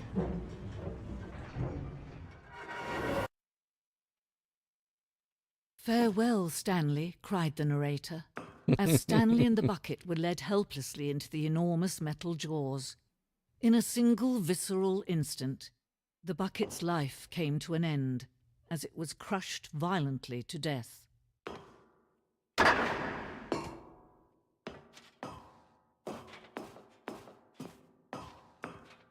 It was a shame, the death of such a magnificent bucket. It's true that all buckets are radiant in their own way, but this one stood above the rest. It was a glorious bucket to behold. The bucket welcomes you to the grand exhibit. You are standing at the precipice of knowledge. Much like a bucket itself, the human mind is frequently empty within a cavernous void. But through use of the exhibit in front of you, the mind becomes full and enriched and substantiated. Knowledge of the bucket and its history is the only true knowledge we really have. Will you take what you learn here out with you into the world? Will you accept with an open mind what may be challenging about the information in this exhibit? Will you change the lives of yourself and your loved ones as a result of this exhibit? Or will you turn a blind eye and continue to live as you were in ignorance and darkness? How did I find this game? The Stanley Parable came out in 2013. Can you see how arrogant it was for Played it a Stanley long time to take ago. a bucket like this and to claim it for his own? Can you see the hubris that blinded him? Can you see that the bucket is far more noble than Stanley will ever be in his short life? Inferno Bucket. A replica of the Inferno Bucket, which is the medieval era, was so powerfully alluring that it drove dozens of nations to war with one another for control of it. Billions died, and yet in spite of all of it all, the simple fact remains: no one can control a bucket.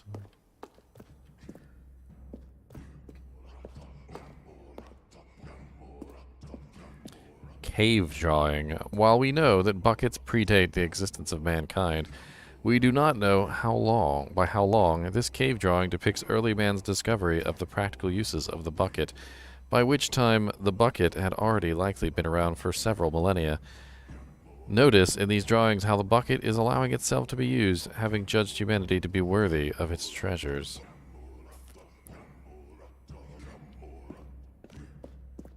No man can own a bucket, and certainly not a bucket as dazzling to behold as this one.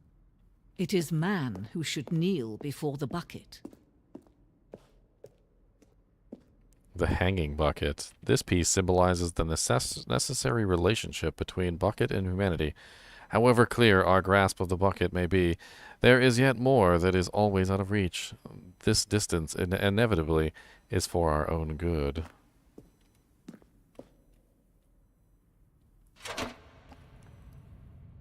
Bucket. I have obtained There is something we the can bucket. do. Something we can do together, you and I, that will right this terrible wrong.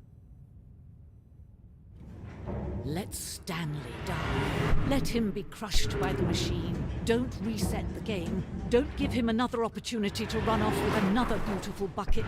We can save the world's buckets from their treatment as tools and implements if only we let Stanley die together. The bucket shall take its place as ruler, as leader, as commander of a new world, a new vision.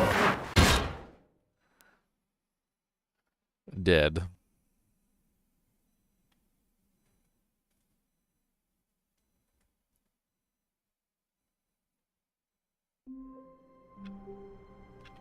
Poor Stanley. All of his co-workers were gone. What could it mean? Stanley decided to go to the meeting room. Perhaps he had simply missed a memo. I think I'm just about out of ways to go. I don't It takes a lot of I don't know if there's any humility more carry a left to bucket explore so in this game. I might have Stanley finished it. checked his ego and then proceeded onward. Stanley clutched the bucket tightly to his chest and entered the door on his left. This was not the correct way to the meeting room, but Stanley had felt the bucket calling to him, telling him that the employee lounge was simply the place to be. And here it was. Had the bucket turned out to be correct? Well, no, never mind.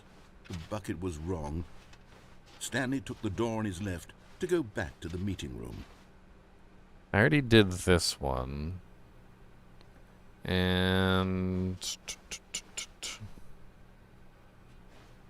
And so the two of them detoured through the maintenance section and walked straight ahead to the opposite door.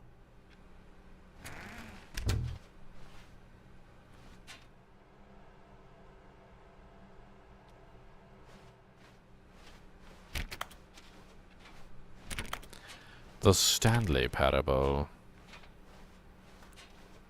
Stanley can go to sleep. Why would Stanley want to go to sleep? I still haven't found the last collectible, which I definitely want to do. Somewhere both red and blue. I'm not sure where somewhere both red and blue is talking about. Red and blue, red and blue. Coming to a staircase, Stanley and the bucket walked upstairs to the boss's office.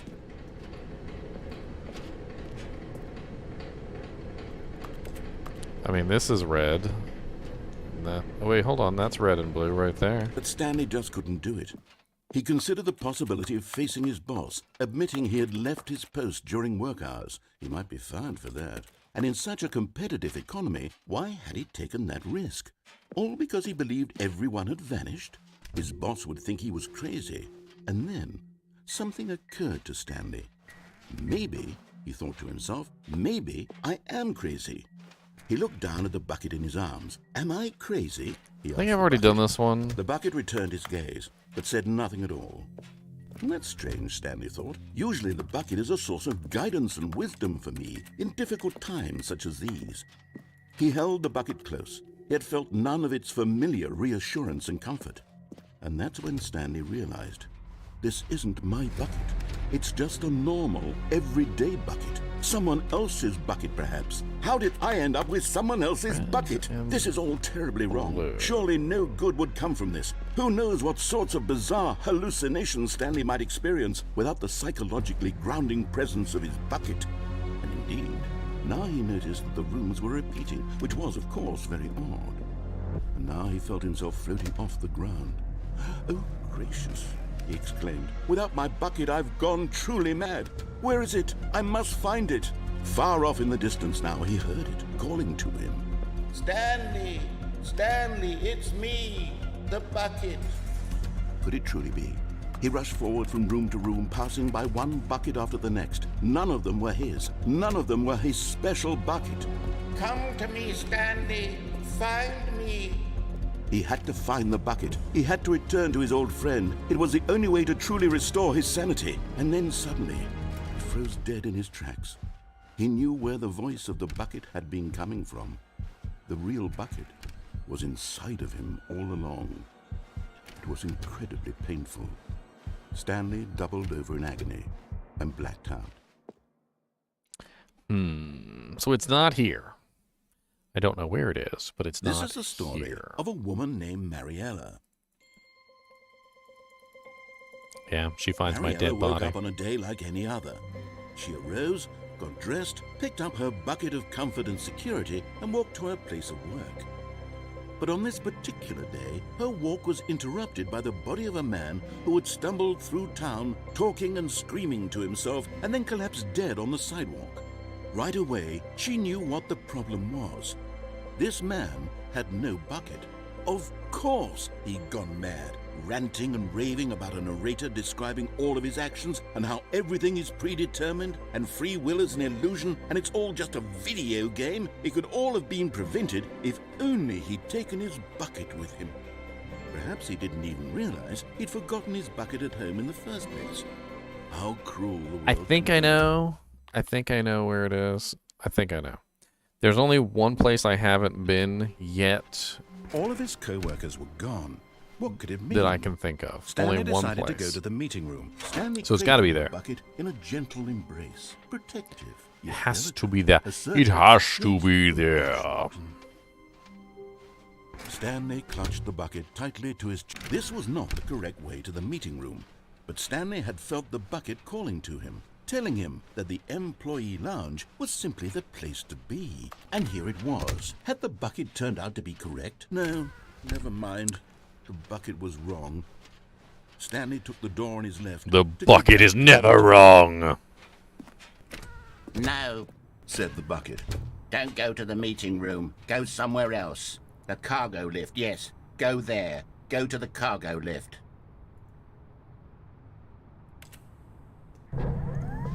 Good, Said the bucket.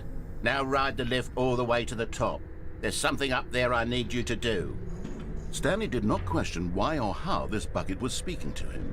It should have alarmed him, of course, because buckets can't talk. But Stanley chose not to think about this obvious fact.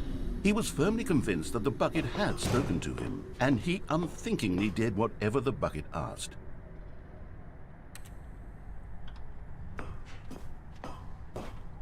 Danger everywhere. Can I go on the other side? Let me just double check here before I go this way.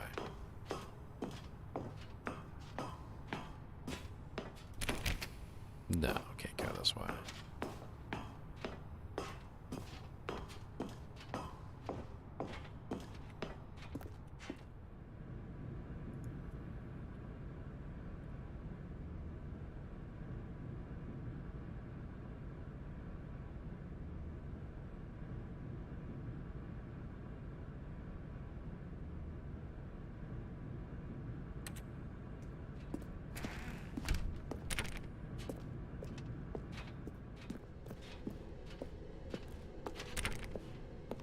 No, stop. Look there on the wall. You see, there's a sign right there. It says, "No buckets past this point." Stanley, how could you think it was okay to bring the bucket here? Unless, what if the problem is that you actually don't know what is a bucket and what isn't a bucket? I suppose that would explain a lot about your behavior up to this point. Which, if that's true, well, my goodness, I think we have to do something about it. This misunderstanding could have dire consequences on the entire rest of the game if not addressed quickly and properly. So much of the impact of the story is dependent on your understanding of what is and isn't a bucket. Please, step in here for a moment. Okay. Now then, I'm going to run you through some test scenarios, and you'll tell me whether or not the thing I'm showing you is a bucket. Is it a Simple bucket? enough, right? This should tell us everything we'll ever need to know about what is or is not a bucket. Okay, let's begin. Item 1. Is this a bucket? No. Correct. It is a hologram of a bucket, not an actual bucket. I was just being facetious. Item 2. Is this a bucket? No. Correct. It is a 3D printed recreation of a bucket, not an actual bucket. It's almost as if they knew I was going to say no. Item 3. Is this a bucket? Definitely not. Incorrect. This is a bucket.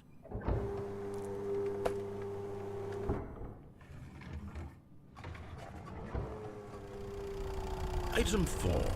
Is this a bucket? Yes. Are you hallucinating? This is a tractor. It's an enormous machine that tills the earth. I thought this was a gimmick. How on earth did you manage to screw it up? Absolutely incredible. Let's just move on to the next one.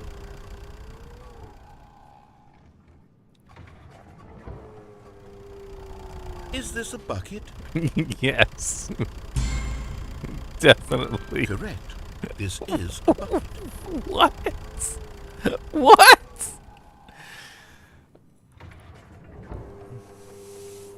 Item 6. Is this a bucket? No. Trick question. Both. Gotcha.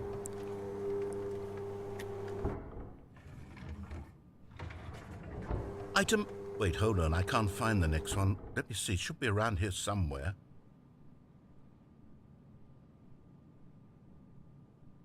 Yes. Okay, you and I both know there isn't anything here. And I don't appreciate the implication that nothing is a bucket when we both clearly know that a bucket is something. And therefore nothing could possibly be something. Unless, in your twisted mind, have you somehow convinced yourself that a bucket is nothing? Answer me straight, Stanley. Do you believe that nothing is a bucket?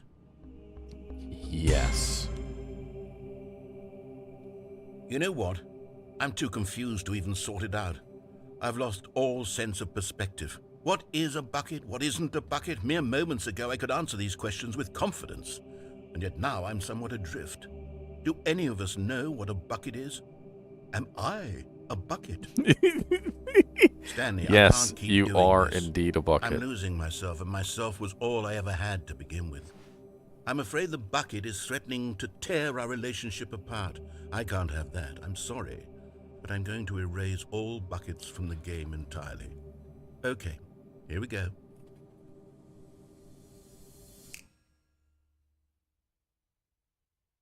What happened? Is everything gone? Why did everything disappear? Wait, was everything a bucket? Every single thing in the game was a bucket. Oh my God, I had no idea. How could... except me. I'm not a bucket after all. And you, Stanley, you're still here. You're not a bucket either. Oh, this is wonderful news. We're not buckets. Yes, I actually feel much more at ease right now. It's delightful to get some clarity on that issue, but it doesn't change the fact that we haven't got a game. So, tell you what, I'll reset everything and we'll put back all of the buckets, okay? And we'll know that it's all a bucket. But if you run into anyone else, maybe don't mention that. Who knows what that information might do to a person? All right, here we go.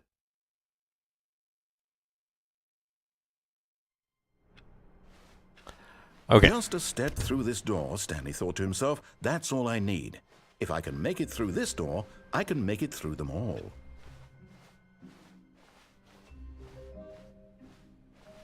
When Stanley came to a set of 2 open doors, this was not the correct way to the meeting room, and Stanley knew it perfectly well.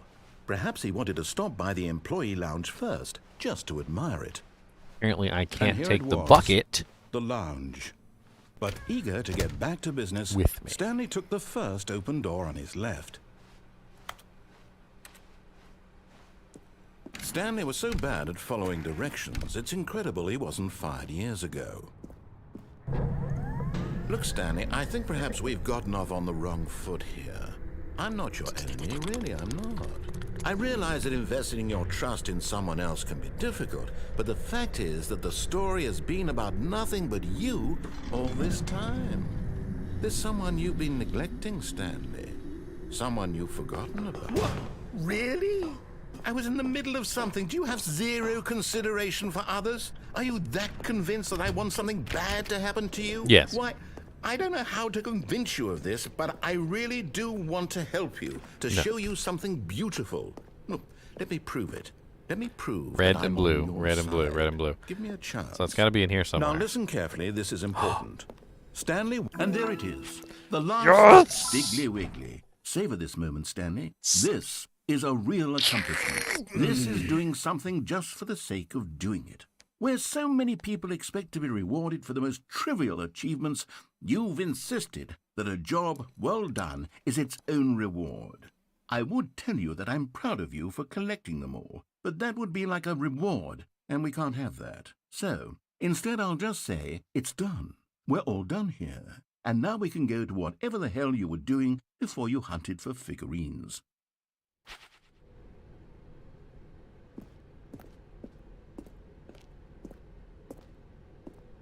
So the red door or the blue door? Which one?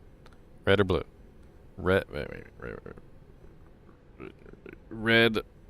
Yeah, red or blue? Red or blue? Red or blue? Red or blue? Red or blue? First one to respond is the one that gets it. I don't care who it is. Red, blue, red, blue, red, blue. Ina, Amina, Amana Mo. I catch a tag of basto if you holler let him go. Ina, Mina, Mana Mo.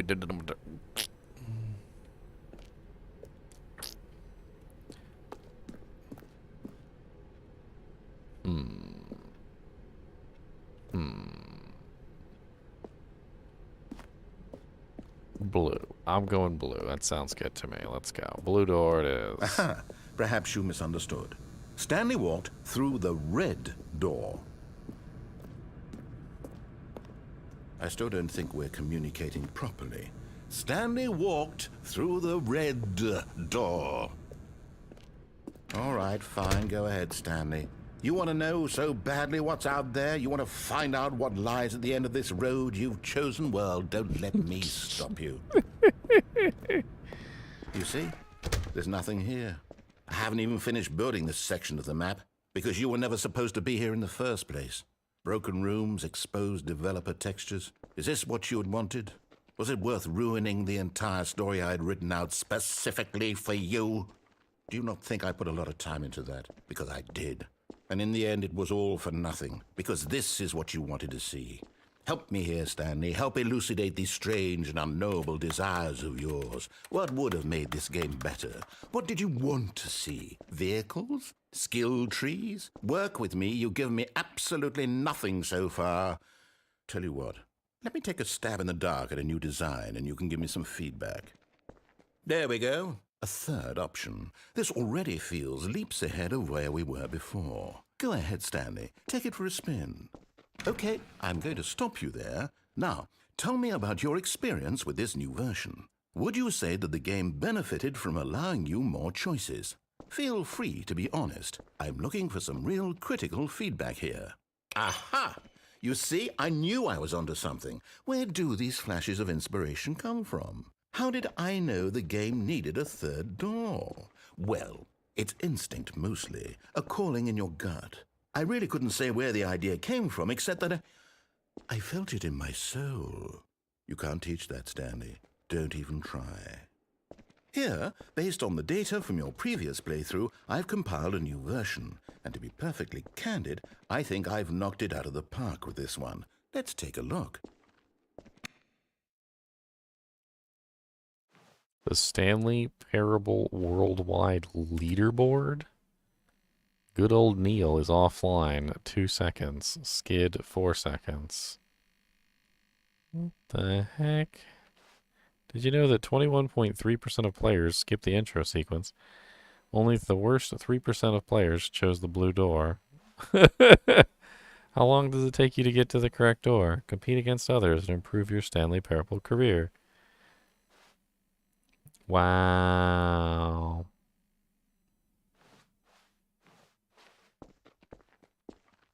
Now, would you say that competitive leaderboard helped you feel motivated to keep walking through doors? Again, honest answers, please. Hey, I nearly forgot. I've got a prototype of a new game I've been working on, and now would be a lovely opportunity to give it some playtesting. You wouldn't mind taking a look at it, would you? Perfect. Let me boot it up. In this game, the baby crawls left towards danger. You click the button to move him back to the right, and if he reaches the fire, you fail. It's a very meaningful game, all about the desperation and tedium of endlessly confronting the demands of family life. I think the art world will really take notice. But of course, the message of the game only becomes clear once you've been playing it for about 4 hours. So why don't you give it 4 hours of play to make sure it's effective? Be sure to keep notes on your experience.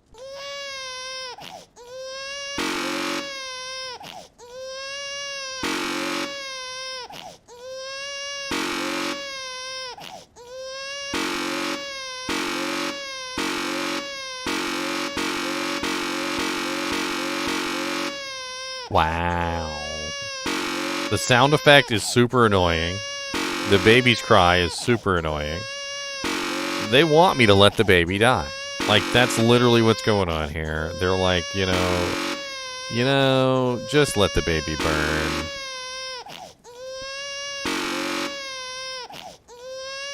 It's so annoying. It's so annoying. I'm sorry, baby. You heartless I'm sorry, bastard. baby. I'm sorry. Did you Goodbye. do it because you hate babies or purely to spite me? Because if it's the latter, well, I don't know what to do. I'm completely out of ideas. I can't think of a single thing that might improve the experience for me. I'm not even going to try. I'm out. I'm done. It's over. Thank you for playing. Your input was extremely valuable.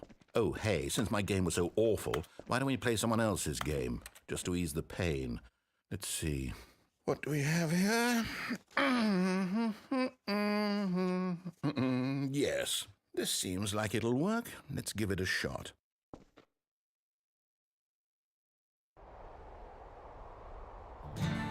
Aha! Fascinating. What do you think this game is about, Stanley? What's our backstory? What is our motivation? Well, it seems obvious to me that you are meant to play as a creepy man spying on innocent civilians below you from up high in your creep tower. Perhaps for some sort of twisted, erotic purpose. Yes, that must be it. What a fascinating venture into the experience of total mental depravity. So far, I love everything about this game, Stanley. And it seems there's even more. Come, let's venture outward and see what else is out there.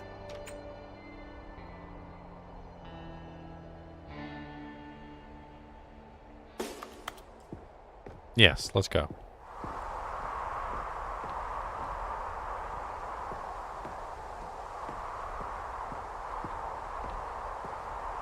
Is that a motorcycle down there?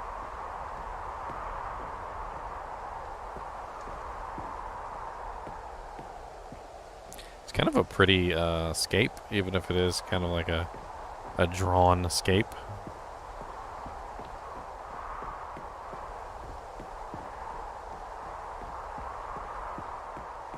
Oh, no. No, it can't be. It is. It's an open world game. Good God, quickly, block it off. Oh, thank goodness, Stanley. What a close call. You really wandered off into that thing. That big, open, just wandering around. No right or wrong directions. No path to follow. That's You so can cool. just go in any... Oh, thank heavens we avoided it. We're out of the woods now, Stanley. Okay, I'm going to get us out of here. Let's find another game. Preferably something with walls. Something with nice, big, insurmountable walls. Okay, I think this will be just the thing.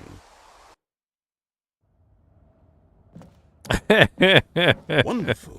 See, this is exactly what I had in mind. Just a nice big box for you to run around in. There isn't any possibility that you could get lost here. Now this is game design.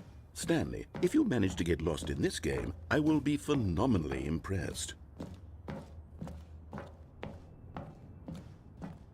Okay, so what exactly do we do here? Let's see. There are lots of cars here in the back, but obviously there's no racetrack. Okay, I'm seeing that there's a ball of some kind back here. Is this game sports ball? Stanley, I think it's sports ball. Oh, what fun. We shall run the bases and do a touchdown together. Yes, I think surely we must. Okay, Stanley, here's the ball. Have fun.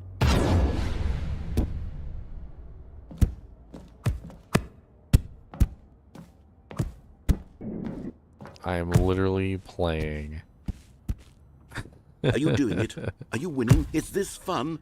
Is it better than my miserable little story that I worked so hard on? Hold on. What are you doing?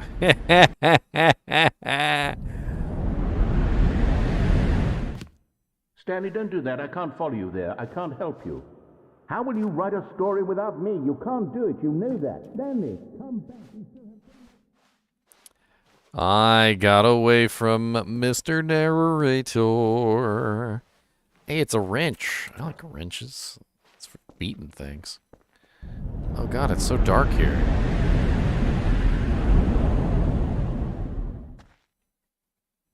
Am I in Half-Life? Is this Half-Life? 510. Where the hell am I? What the ham biscuit?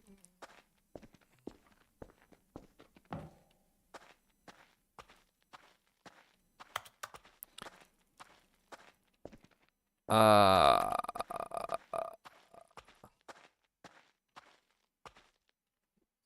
there any lights in here? It's a little dark. Oh, there's some lights down there. Oh, what's that? Can I go in there? Looks like somebody's drawn a toad. I need a zoom key for zooming. I need to zoom in on that. Dagnabbit, don't show me things. Not let me go look at them.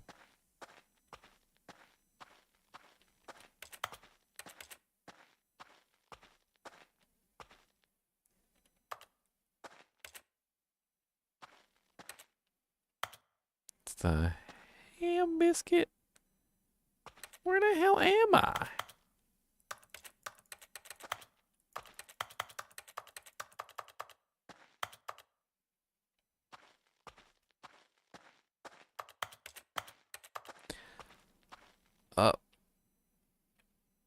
I wonder what he found.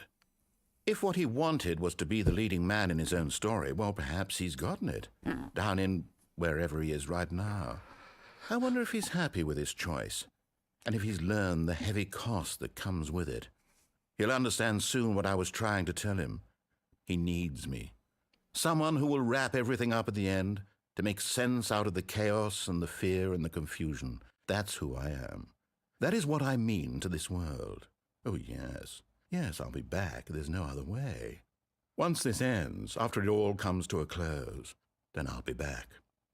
The end will be here soon. Very soon. I can wait.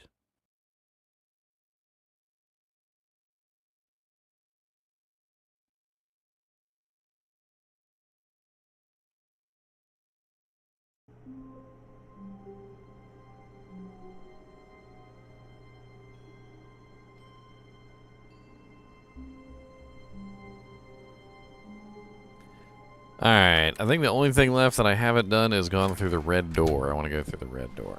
Let's see what Stanley, happens I'm when sorry, you go through the red but door. I have to put a pause on things. It's those figurines, those figglers. I haven't stopped thinking about them since you nabbed every last one. Wasn't it just the most intrinsically fulfilling moment of your entire life? Didn't it fill you to the brim with inner richness?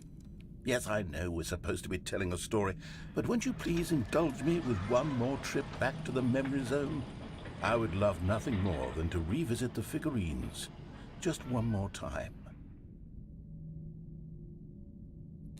Revisit the figurines? What are you gonna do? Steal my figurines? Don't steal my figurines. Welcome when Stanley found the collectibles, now remembering. What?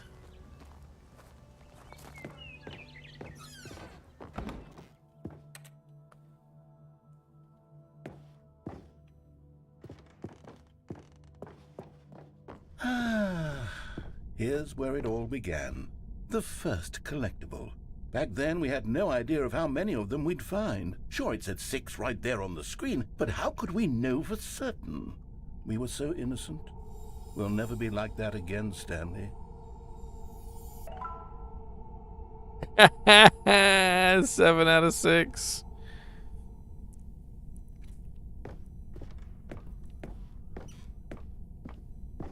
I've now broken the game. Uh-oh. And here was a second Stanlerine. I'll be honest, back then I had no faith in you to find any of them, let alone 6. But you continue to surprise me in all sorts of mundane, unremarkable ways. 8 out of 6? What? 8 out of 6.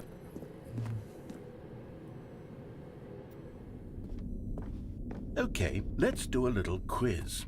Which of these rooms was the room you found your third mini Stan? Can you remember? The warehouse.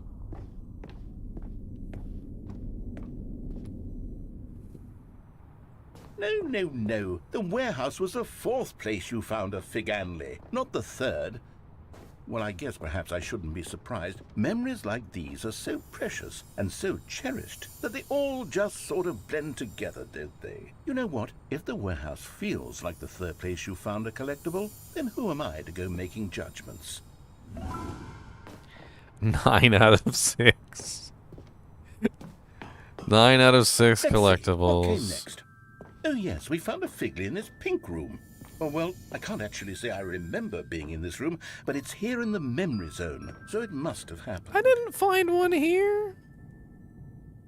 Did not find one here. That did not happen. That is not something that happened.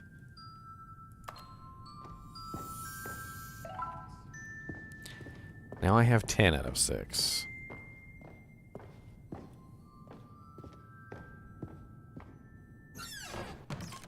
This was a 5th mini Stan, and this one was really something special. It was in the boss's bathroom. I remember it so clearly. Yeah, turds. In fact, because this one is particularly special to me, I made a little video to commemorate the occasion. Enjoy.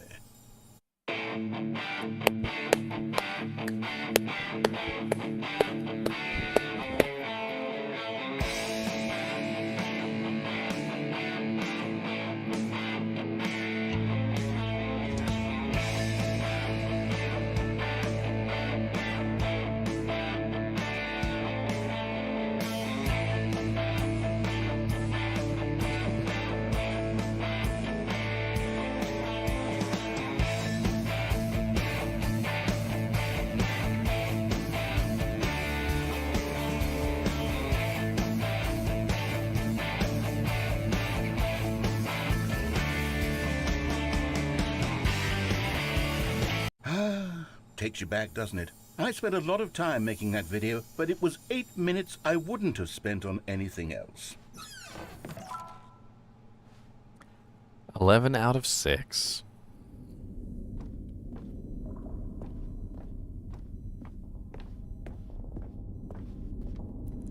Ah, the last And then, one. Stanley, then we came to the last collectible, the final figurine, right here by the red and blue doors. This memory is the most distinct and clear in my mind, perhaps because it was the one that happened more recently than all the others. Who can truly say how the mind works? All I know is that this is the moment where you picked up a Figley and I thought to myself, yes, that's all of them. They're all collected. It was a moment unlike any other. Except for the other moments picking up figurines, which it was exactly like.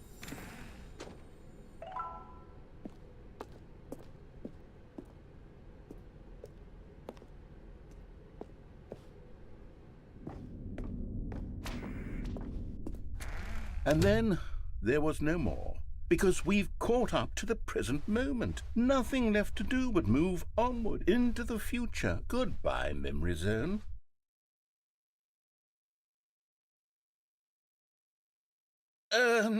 No, I'm not done. I'm not ready to move on. Stop the loading screen. Isn't there some way we can stay here, keep enjoying these figurines? Let's just go backwards. We'll do the memory zone again from the opposite direction. See how that feels. Okay, yes, the room with the red and blue doors. I remember this. I must say, of all the figurines we looked at in our initial tour of the memory zone, this one is the most distinct and clear in my mind. Let's keep going, I want more. And here's where I made that video. Don't you remember the video we watched?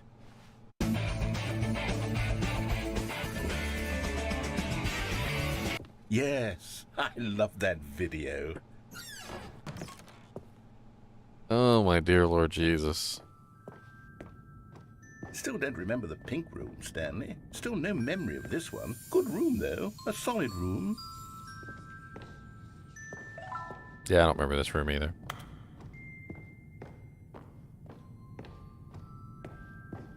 I don't know where the pink rune came from, buddy. These really were a treat to hunt down. You know, if there had been any kind of reward for finding all of these, it really would have muted the intrinsic joy of collecting them. I'm very glad we resisted the temptation. Next one.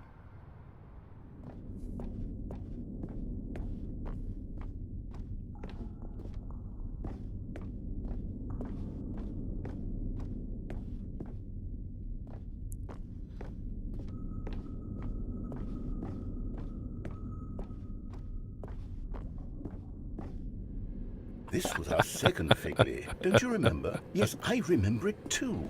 The past is truly a wonderful thing. Why does anyone ever choose to leave it? Keep 17 going. out of 6. This is it. The very first one we found in the exhibit where I introduced you to the figurines. Oh, I want more memories, Stanley. I want to keep going. What else is there? What came before this?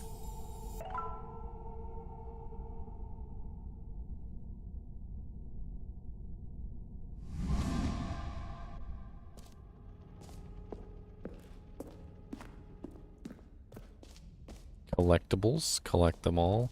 Oh, the jumping room. That's right. Where I used up all my It's jumps. the terrible new content that we were originally sold on. I remember hating it back then, but time does put a rosy filter on everything. In fact, I dare say I'm actually quite fond of it now. Look how much fun the past is. I want more. Oh, yes, the 2 doors. Who could have forgotten that? A classic memory, this one.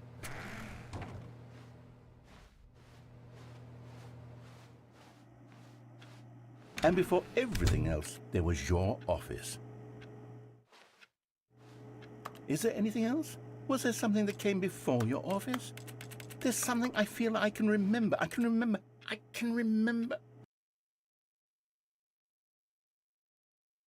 Yes, I'm remembering something now. I remember before this whole story got started. Back then I was different. I used to make big decisions. I was passionate. I was skeptical. I weighed each decision with profound thoughtfulness. And then somewhere along the way, I stopped making decisions. I became lazy, and I came up with a character named Stanley to do my thinking for me. He would make the decisions. He would decide which way to go. I would cheer him on as he collected figurines for no reason. Why did I invent Stanley? Was I lonely? Yes, perhaps that's it. Perhaps I needed to imagine I had companionship.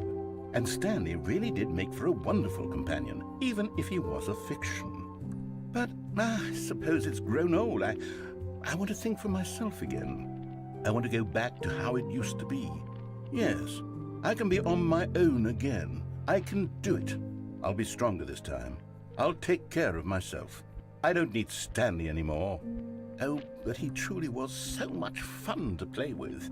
You know what?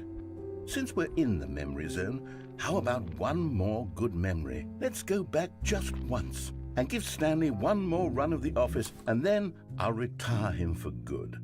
I did enjoy telling his story so very much. Okay, here we go. This is the story of a man named Stanley. What?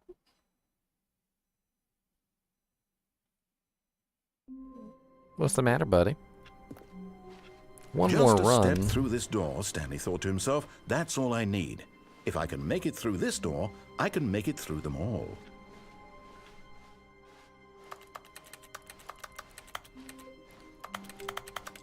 When Stanley came to a set of 2 open doors, this was not the correct way to the meeting room, and Stanley knew it perfectly well. Perhaps he wanted to stop by the employee lounge first, just to admire it. I've got It was one. okay. I've got one more way to go. But eager to get back to business, Stanley took the first open door on his left. I was literally trying to go this way when the game Stanley was derailed so me bad at following into directions, it's where it wanted incredible me he to go. wasn't fired years ago. Look, Stanley, I think perhaps we've gotten off on the wrong foot here. I'm not your enemy, really, I'm not. I realize that investing your trust in someone else can be difficult, but the fact is that the story has been about nothing but you all this time. There's someone you've been neglecting, Stanley. Someone you... What? Really? I was in the middle of something. Do you have zero consideration for others? Are you that convinced that I want something bad to happen to you? Yes. Why, I don't know how to convince you of this, but I really do want to help you, to show you something beautiful. Look, let me prove it. Let me prove that I'm on your side. Give me a chance. Now listen carefully, this is important. Stanley walked through the red door. Okay, I'm gonna listen to you this time. Oh, thank God you are willing to listen to me. Do you see that I really have wanted you to be happy all this time? The problem is all these choices. The two of us always trying to get somewhere that isn't here. Running and running and running, just the way you're doing right now. Don't you see that it's killing us, Stanley? I wanted to stop. We would both be so much happier if we just stopped. And I think I have a solution. Here, let me show you. Hey, that's dark in there.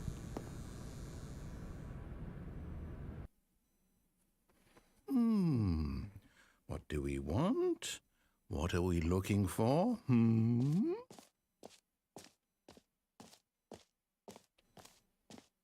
Here. Yes. Oh, it's beautiful, isn't it?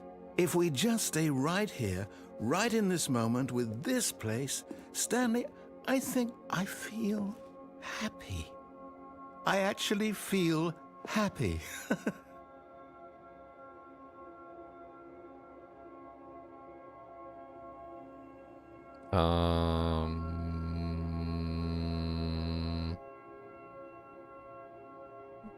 What's going on? Why is there a... Whoa, okay. What am I, in a kaleidoscope?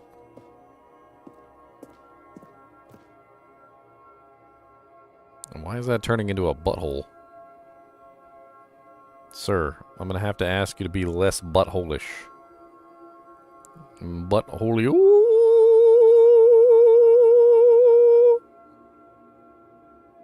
Butthole-y. Can I jump off? I cannot jump off.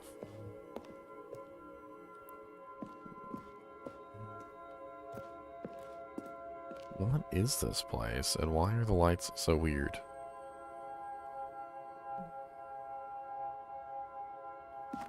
I'm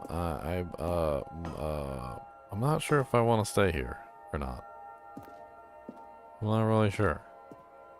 I know he said let's stay here, but I feel like maybe I shouldn't stay here.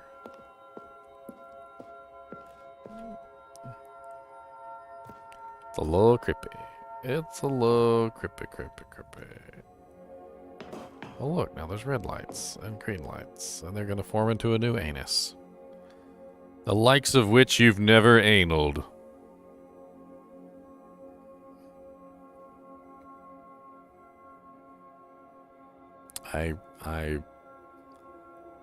I'm torn between wanting to stay here to see if there's further dialogue and just moving on, because I mean it's cool and all, but what is this, like a planetarium or something? Stop making anuses in my face. Close that anus. Close it. Close the winking eye. Close that winking eye. There you go. Cover it up completely. I don't want to see it anymore. It's grody. Have some common decency.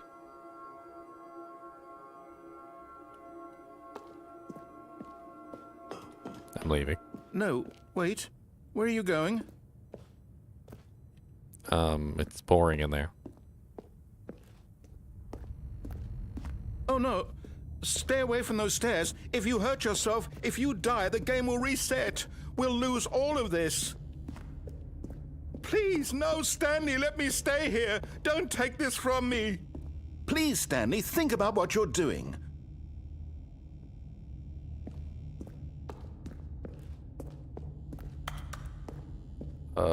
What? Literally suicide? That's my only other option is suicide? 'Cause suicide is painless. Whee! No! Oh, thank God you lived. No, what are you doing, Stanley? Please, I'm asking you not to take this away from me. I can't go back to what I was before. If you die, we'll both go back. Why are you doing this? Stanley, let's go back to the other room. Can you do that for me? I want to go back to the other room, and then I'm going to go back up and jump. Perhaps you can. Perhaps you finally see what I'm talking about.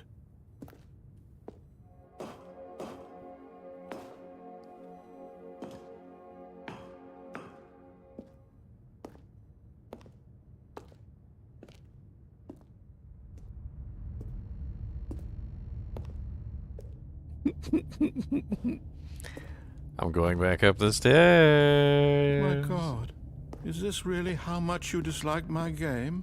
That you'll throw yourself from this platform over and over to be rid of it? You are literally willing to kill yourself to keep me from being happy. Am I reading the situation correctly? Or maybe you're just getting a kick out of it. I don't know anymore. I just wanted us to get along. Evil I guess that was too much to laughter, ask. my friends. It looks like you wanted to make a choice after all. Well, this one is yours. The choice of the ages. It's a choice of the ages. Is it over? It's going to restart, isn't it? I'm going back.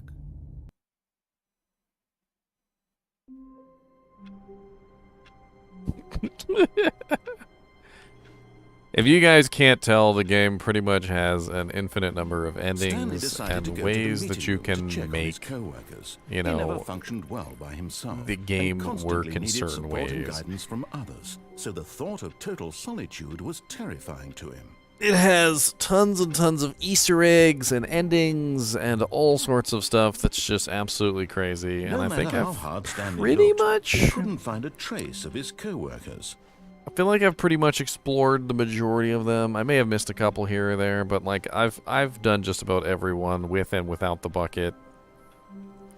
So at this point, I think I'm going to call it. It's been about 3 hours and 40 minutes. Probably going to pick up some Diablo or something, and I don't know. We'll see. As always, I do appreciate you guys and gals watching my videos, even when it's a crazy fever dream of a game like Stanley Parable. And as always, keep watching.